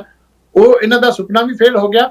ਲੇਕਿਨ ਵੱਡਾ ਦੁੱਖ ਹੈ ਮੈਨੂੰ ਕਿ ਜਿਹੜਾ ਇਹ ਕੰਮ ਇਸ ਗੰਭੀਰ ਇਨਵੈਸਟੀਗੇਸ਼ਨ ਦਾ ਸੀਗਾ, ਇਨਸਾਫ ਵਾਲੇ ਪਾਸੇ ਜਾਣ ਦੀ ਬਜਾਏ ਇਸ ਵਿਅਕਤੀ ਦੀ ਔਰ ਕਾਂਗਰਸ ਦੇ ਮੁੱਖ ਮੰਤਰੀ ਸਾਹਿਬ ਤੇ ਕੈਬਨਿਟ ਮੰਤਰੀਆਂ ਦੀ ਤੇ ਆਮ ਆਦਮੀ ਪਾਰਟੀ ਦੇ ਲੀਡਰਾਂ ਦੀ ਰਲ ਕੇ ਜਿਹੜੀਆਂ ਚਾਲਾਂ ਸੀ, ਉਹਦੇ ਕਰਕੇ ਬੜਾ ਵੱਡਾ ਨੁਕਸਾਨ ਜਿਹੜਾ ਉਹ ਸਾਡਾ ਹੋਇਆ ਜੀ। ਚੀਮਾ ਸਾਹਿਬ, ਸਰਦਾਰ ਨਵਜੋਤ ਸਿੰਘ ਸਿੱਧੂ ਸਾਹਿਬ ਕਾਫੀ ਇਲਜ਼ਾਮ ਲਾਉਂਦੇ ਨੇ, ਉਹ ਅਜੇ ਵੀ ਇਸ ਚੀਜ਼ ਦੇ ਉੱਪਰ ਟਵੀਟ ਕਰਦੇ ਨੇ, ਉਹਨਾਂ ਦੇ ਬਿਆਨ ਆਉਂਦੇ ਨੇ, ਪੀਸੀ ਕਰਦੇ ਨੇ, ਜਿਹਦੇ ਵਿੱਚ ਉਹ ਜ਼ਿਕਰ ਕਰਦੇ ਵੀ ਇਹ ਸਾਰਾ ਕੁਝ ਜਿਹੜਾ ਸੀਗਾ ਉਹ ਬਣਦਾ ਸੀ, ਜਿਹਦੇ ਵਿੱਚ ਉਹ ਨਾਮ ਵੀ ਲੈਂਦੇ ਨੇ ਬਾਲ ਸਾਹਿਬ ਦਾ ਜਾਂ ਸੁਖਬੀਰ ਬਾਲ ਸਾਹਿਬ ਦਾ, ਜਿਹਦੇ ਵਿੱਚ ਉਹ ਕੈਪਟਨ ਸਾਹਿਬ ਦਾ ਨਾਮ ਤਾਂ ਨਹੀਂ ਲੈਂਦੇ, ਪਰ ਮੌਜੂਦਾ ਗ੍ਰਹਿ ਮੰਤਰੀ ਕਰਕੇ ਇਸ਼ਾਰਾ ਜ਼ਰੂਰ ਕਰਦੇ ਆ। ਇੱਕ ਤਰ੍ਹਾਂ ਨਾਲ ਆਪਾਂ ਕਹਿ ਸਕਦੇ ਹਾਂ ਕਿ ਵੀ ਉਹਨਾਂ ਵੱਲੋਂ ਵੀ ਇਹ ਕਿਹਾ ਜਾਂਦਾ ਵੀ ਇਹ ਬਾਦਲ ਸਾਹਿਬ ਦੀ ਜਾਂ ਬਾਦਲ ਪਰਿਵਾਰ ਦੀ ਤੇ ਕੈਪਟਨ ਸਾਹਿਬ ਦੀ ਮਿਲੀ ਭੁਗਤ ਦੇ ਨਾਲ ਸਾਰਾ ਕੁਝ ਹੋਇਆ। ਉਹਨਾਂ ਬਾਰੇ ਕੀ ਕਹਿਣਾ ਚਾਹੋਗੇ? ਦੇਖੋ, ਮੈਂ ਤਾਂ ਉਹਨਾਂ ਬਾਰੇ ਕੋਈ ਨਾ ਹੀ ਕਹਾਂ ਚੰਗੀ ਗੱਲ, ਕਿਉਂਕਿ ਉਹਦਾ ਕੰਮ ਹੈ ਜਿਸ ਪਾਰਟੀ 'ਚ ਬੈਠੇ, ਜਿਸ ਥਾਲੀ 'ਚ ਖਾਣਾ, ਉਹ 'ਚ ਸ਼ੇਕ ਕਰੀ ਜਾਣਾ, ਉਹਦਾ ਕੰਮ ਹੈ। ਕਿਉਂਕਿ ਪਬਲਿਸਿਟੀ ਤਾਂ ਮਿਲਦੀ ਹੈ, ਉੱਥੇ ਜ਼ਿੰਮੇਵਾਰੀ ਨਿਭਾਓਗੇ ਤੇ ਪਬਲਿਸਿਟੀ ਨਹੀਂ ਮਿਲਣੀ, ਕਿਉਂਕਿ ਸਿਸਟਮ ਸਾਡਾ ਇਦਾਂ ਦਾ।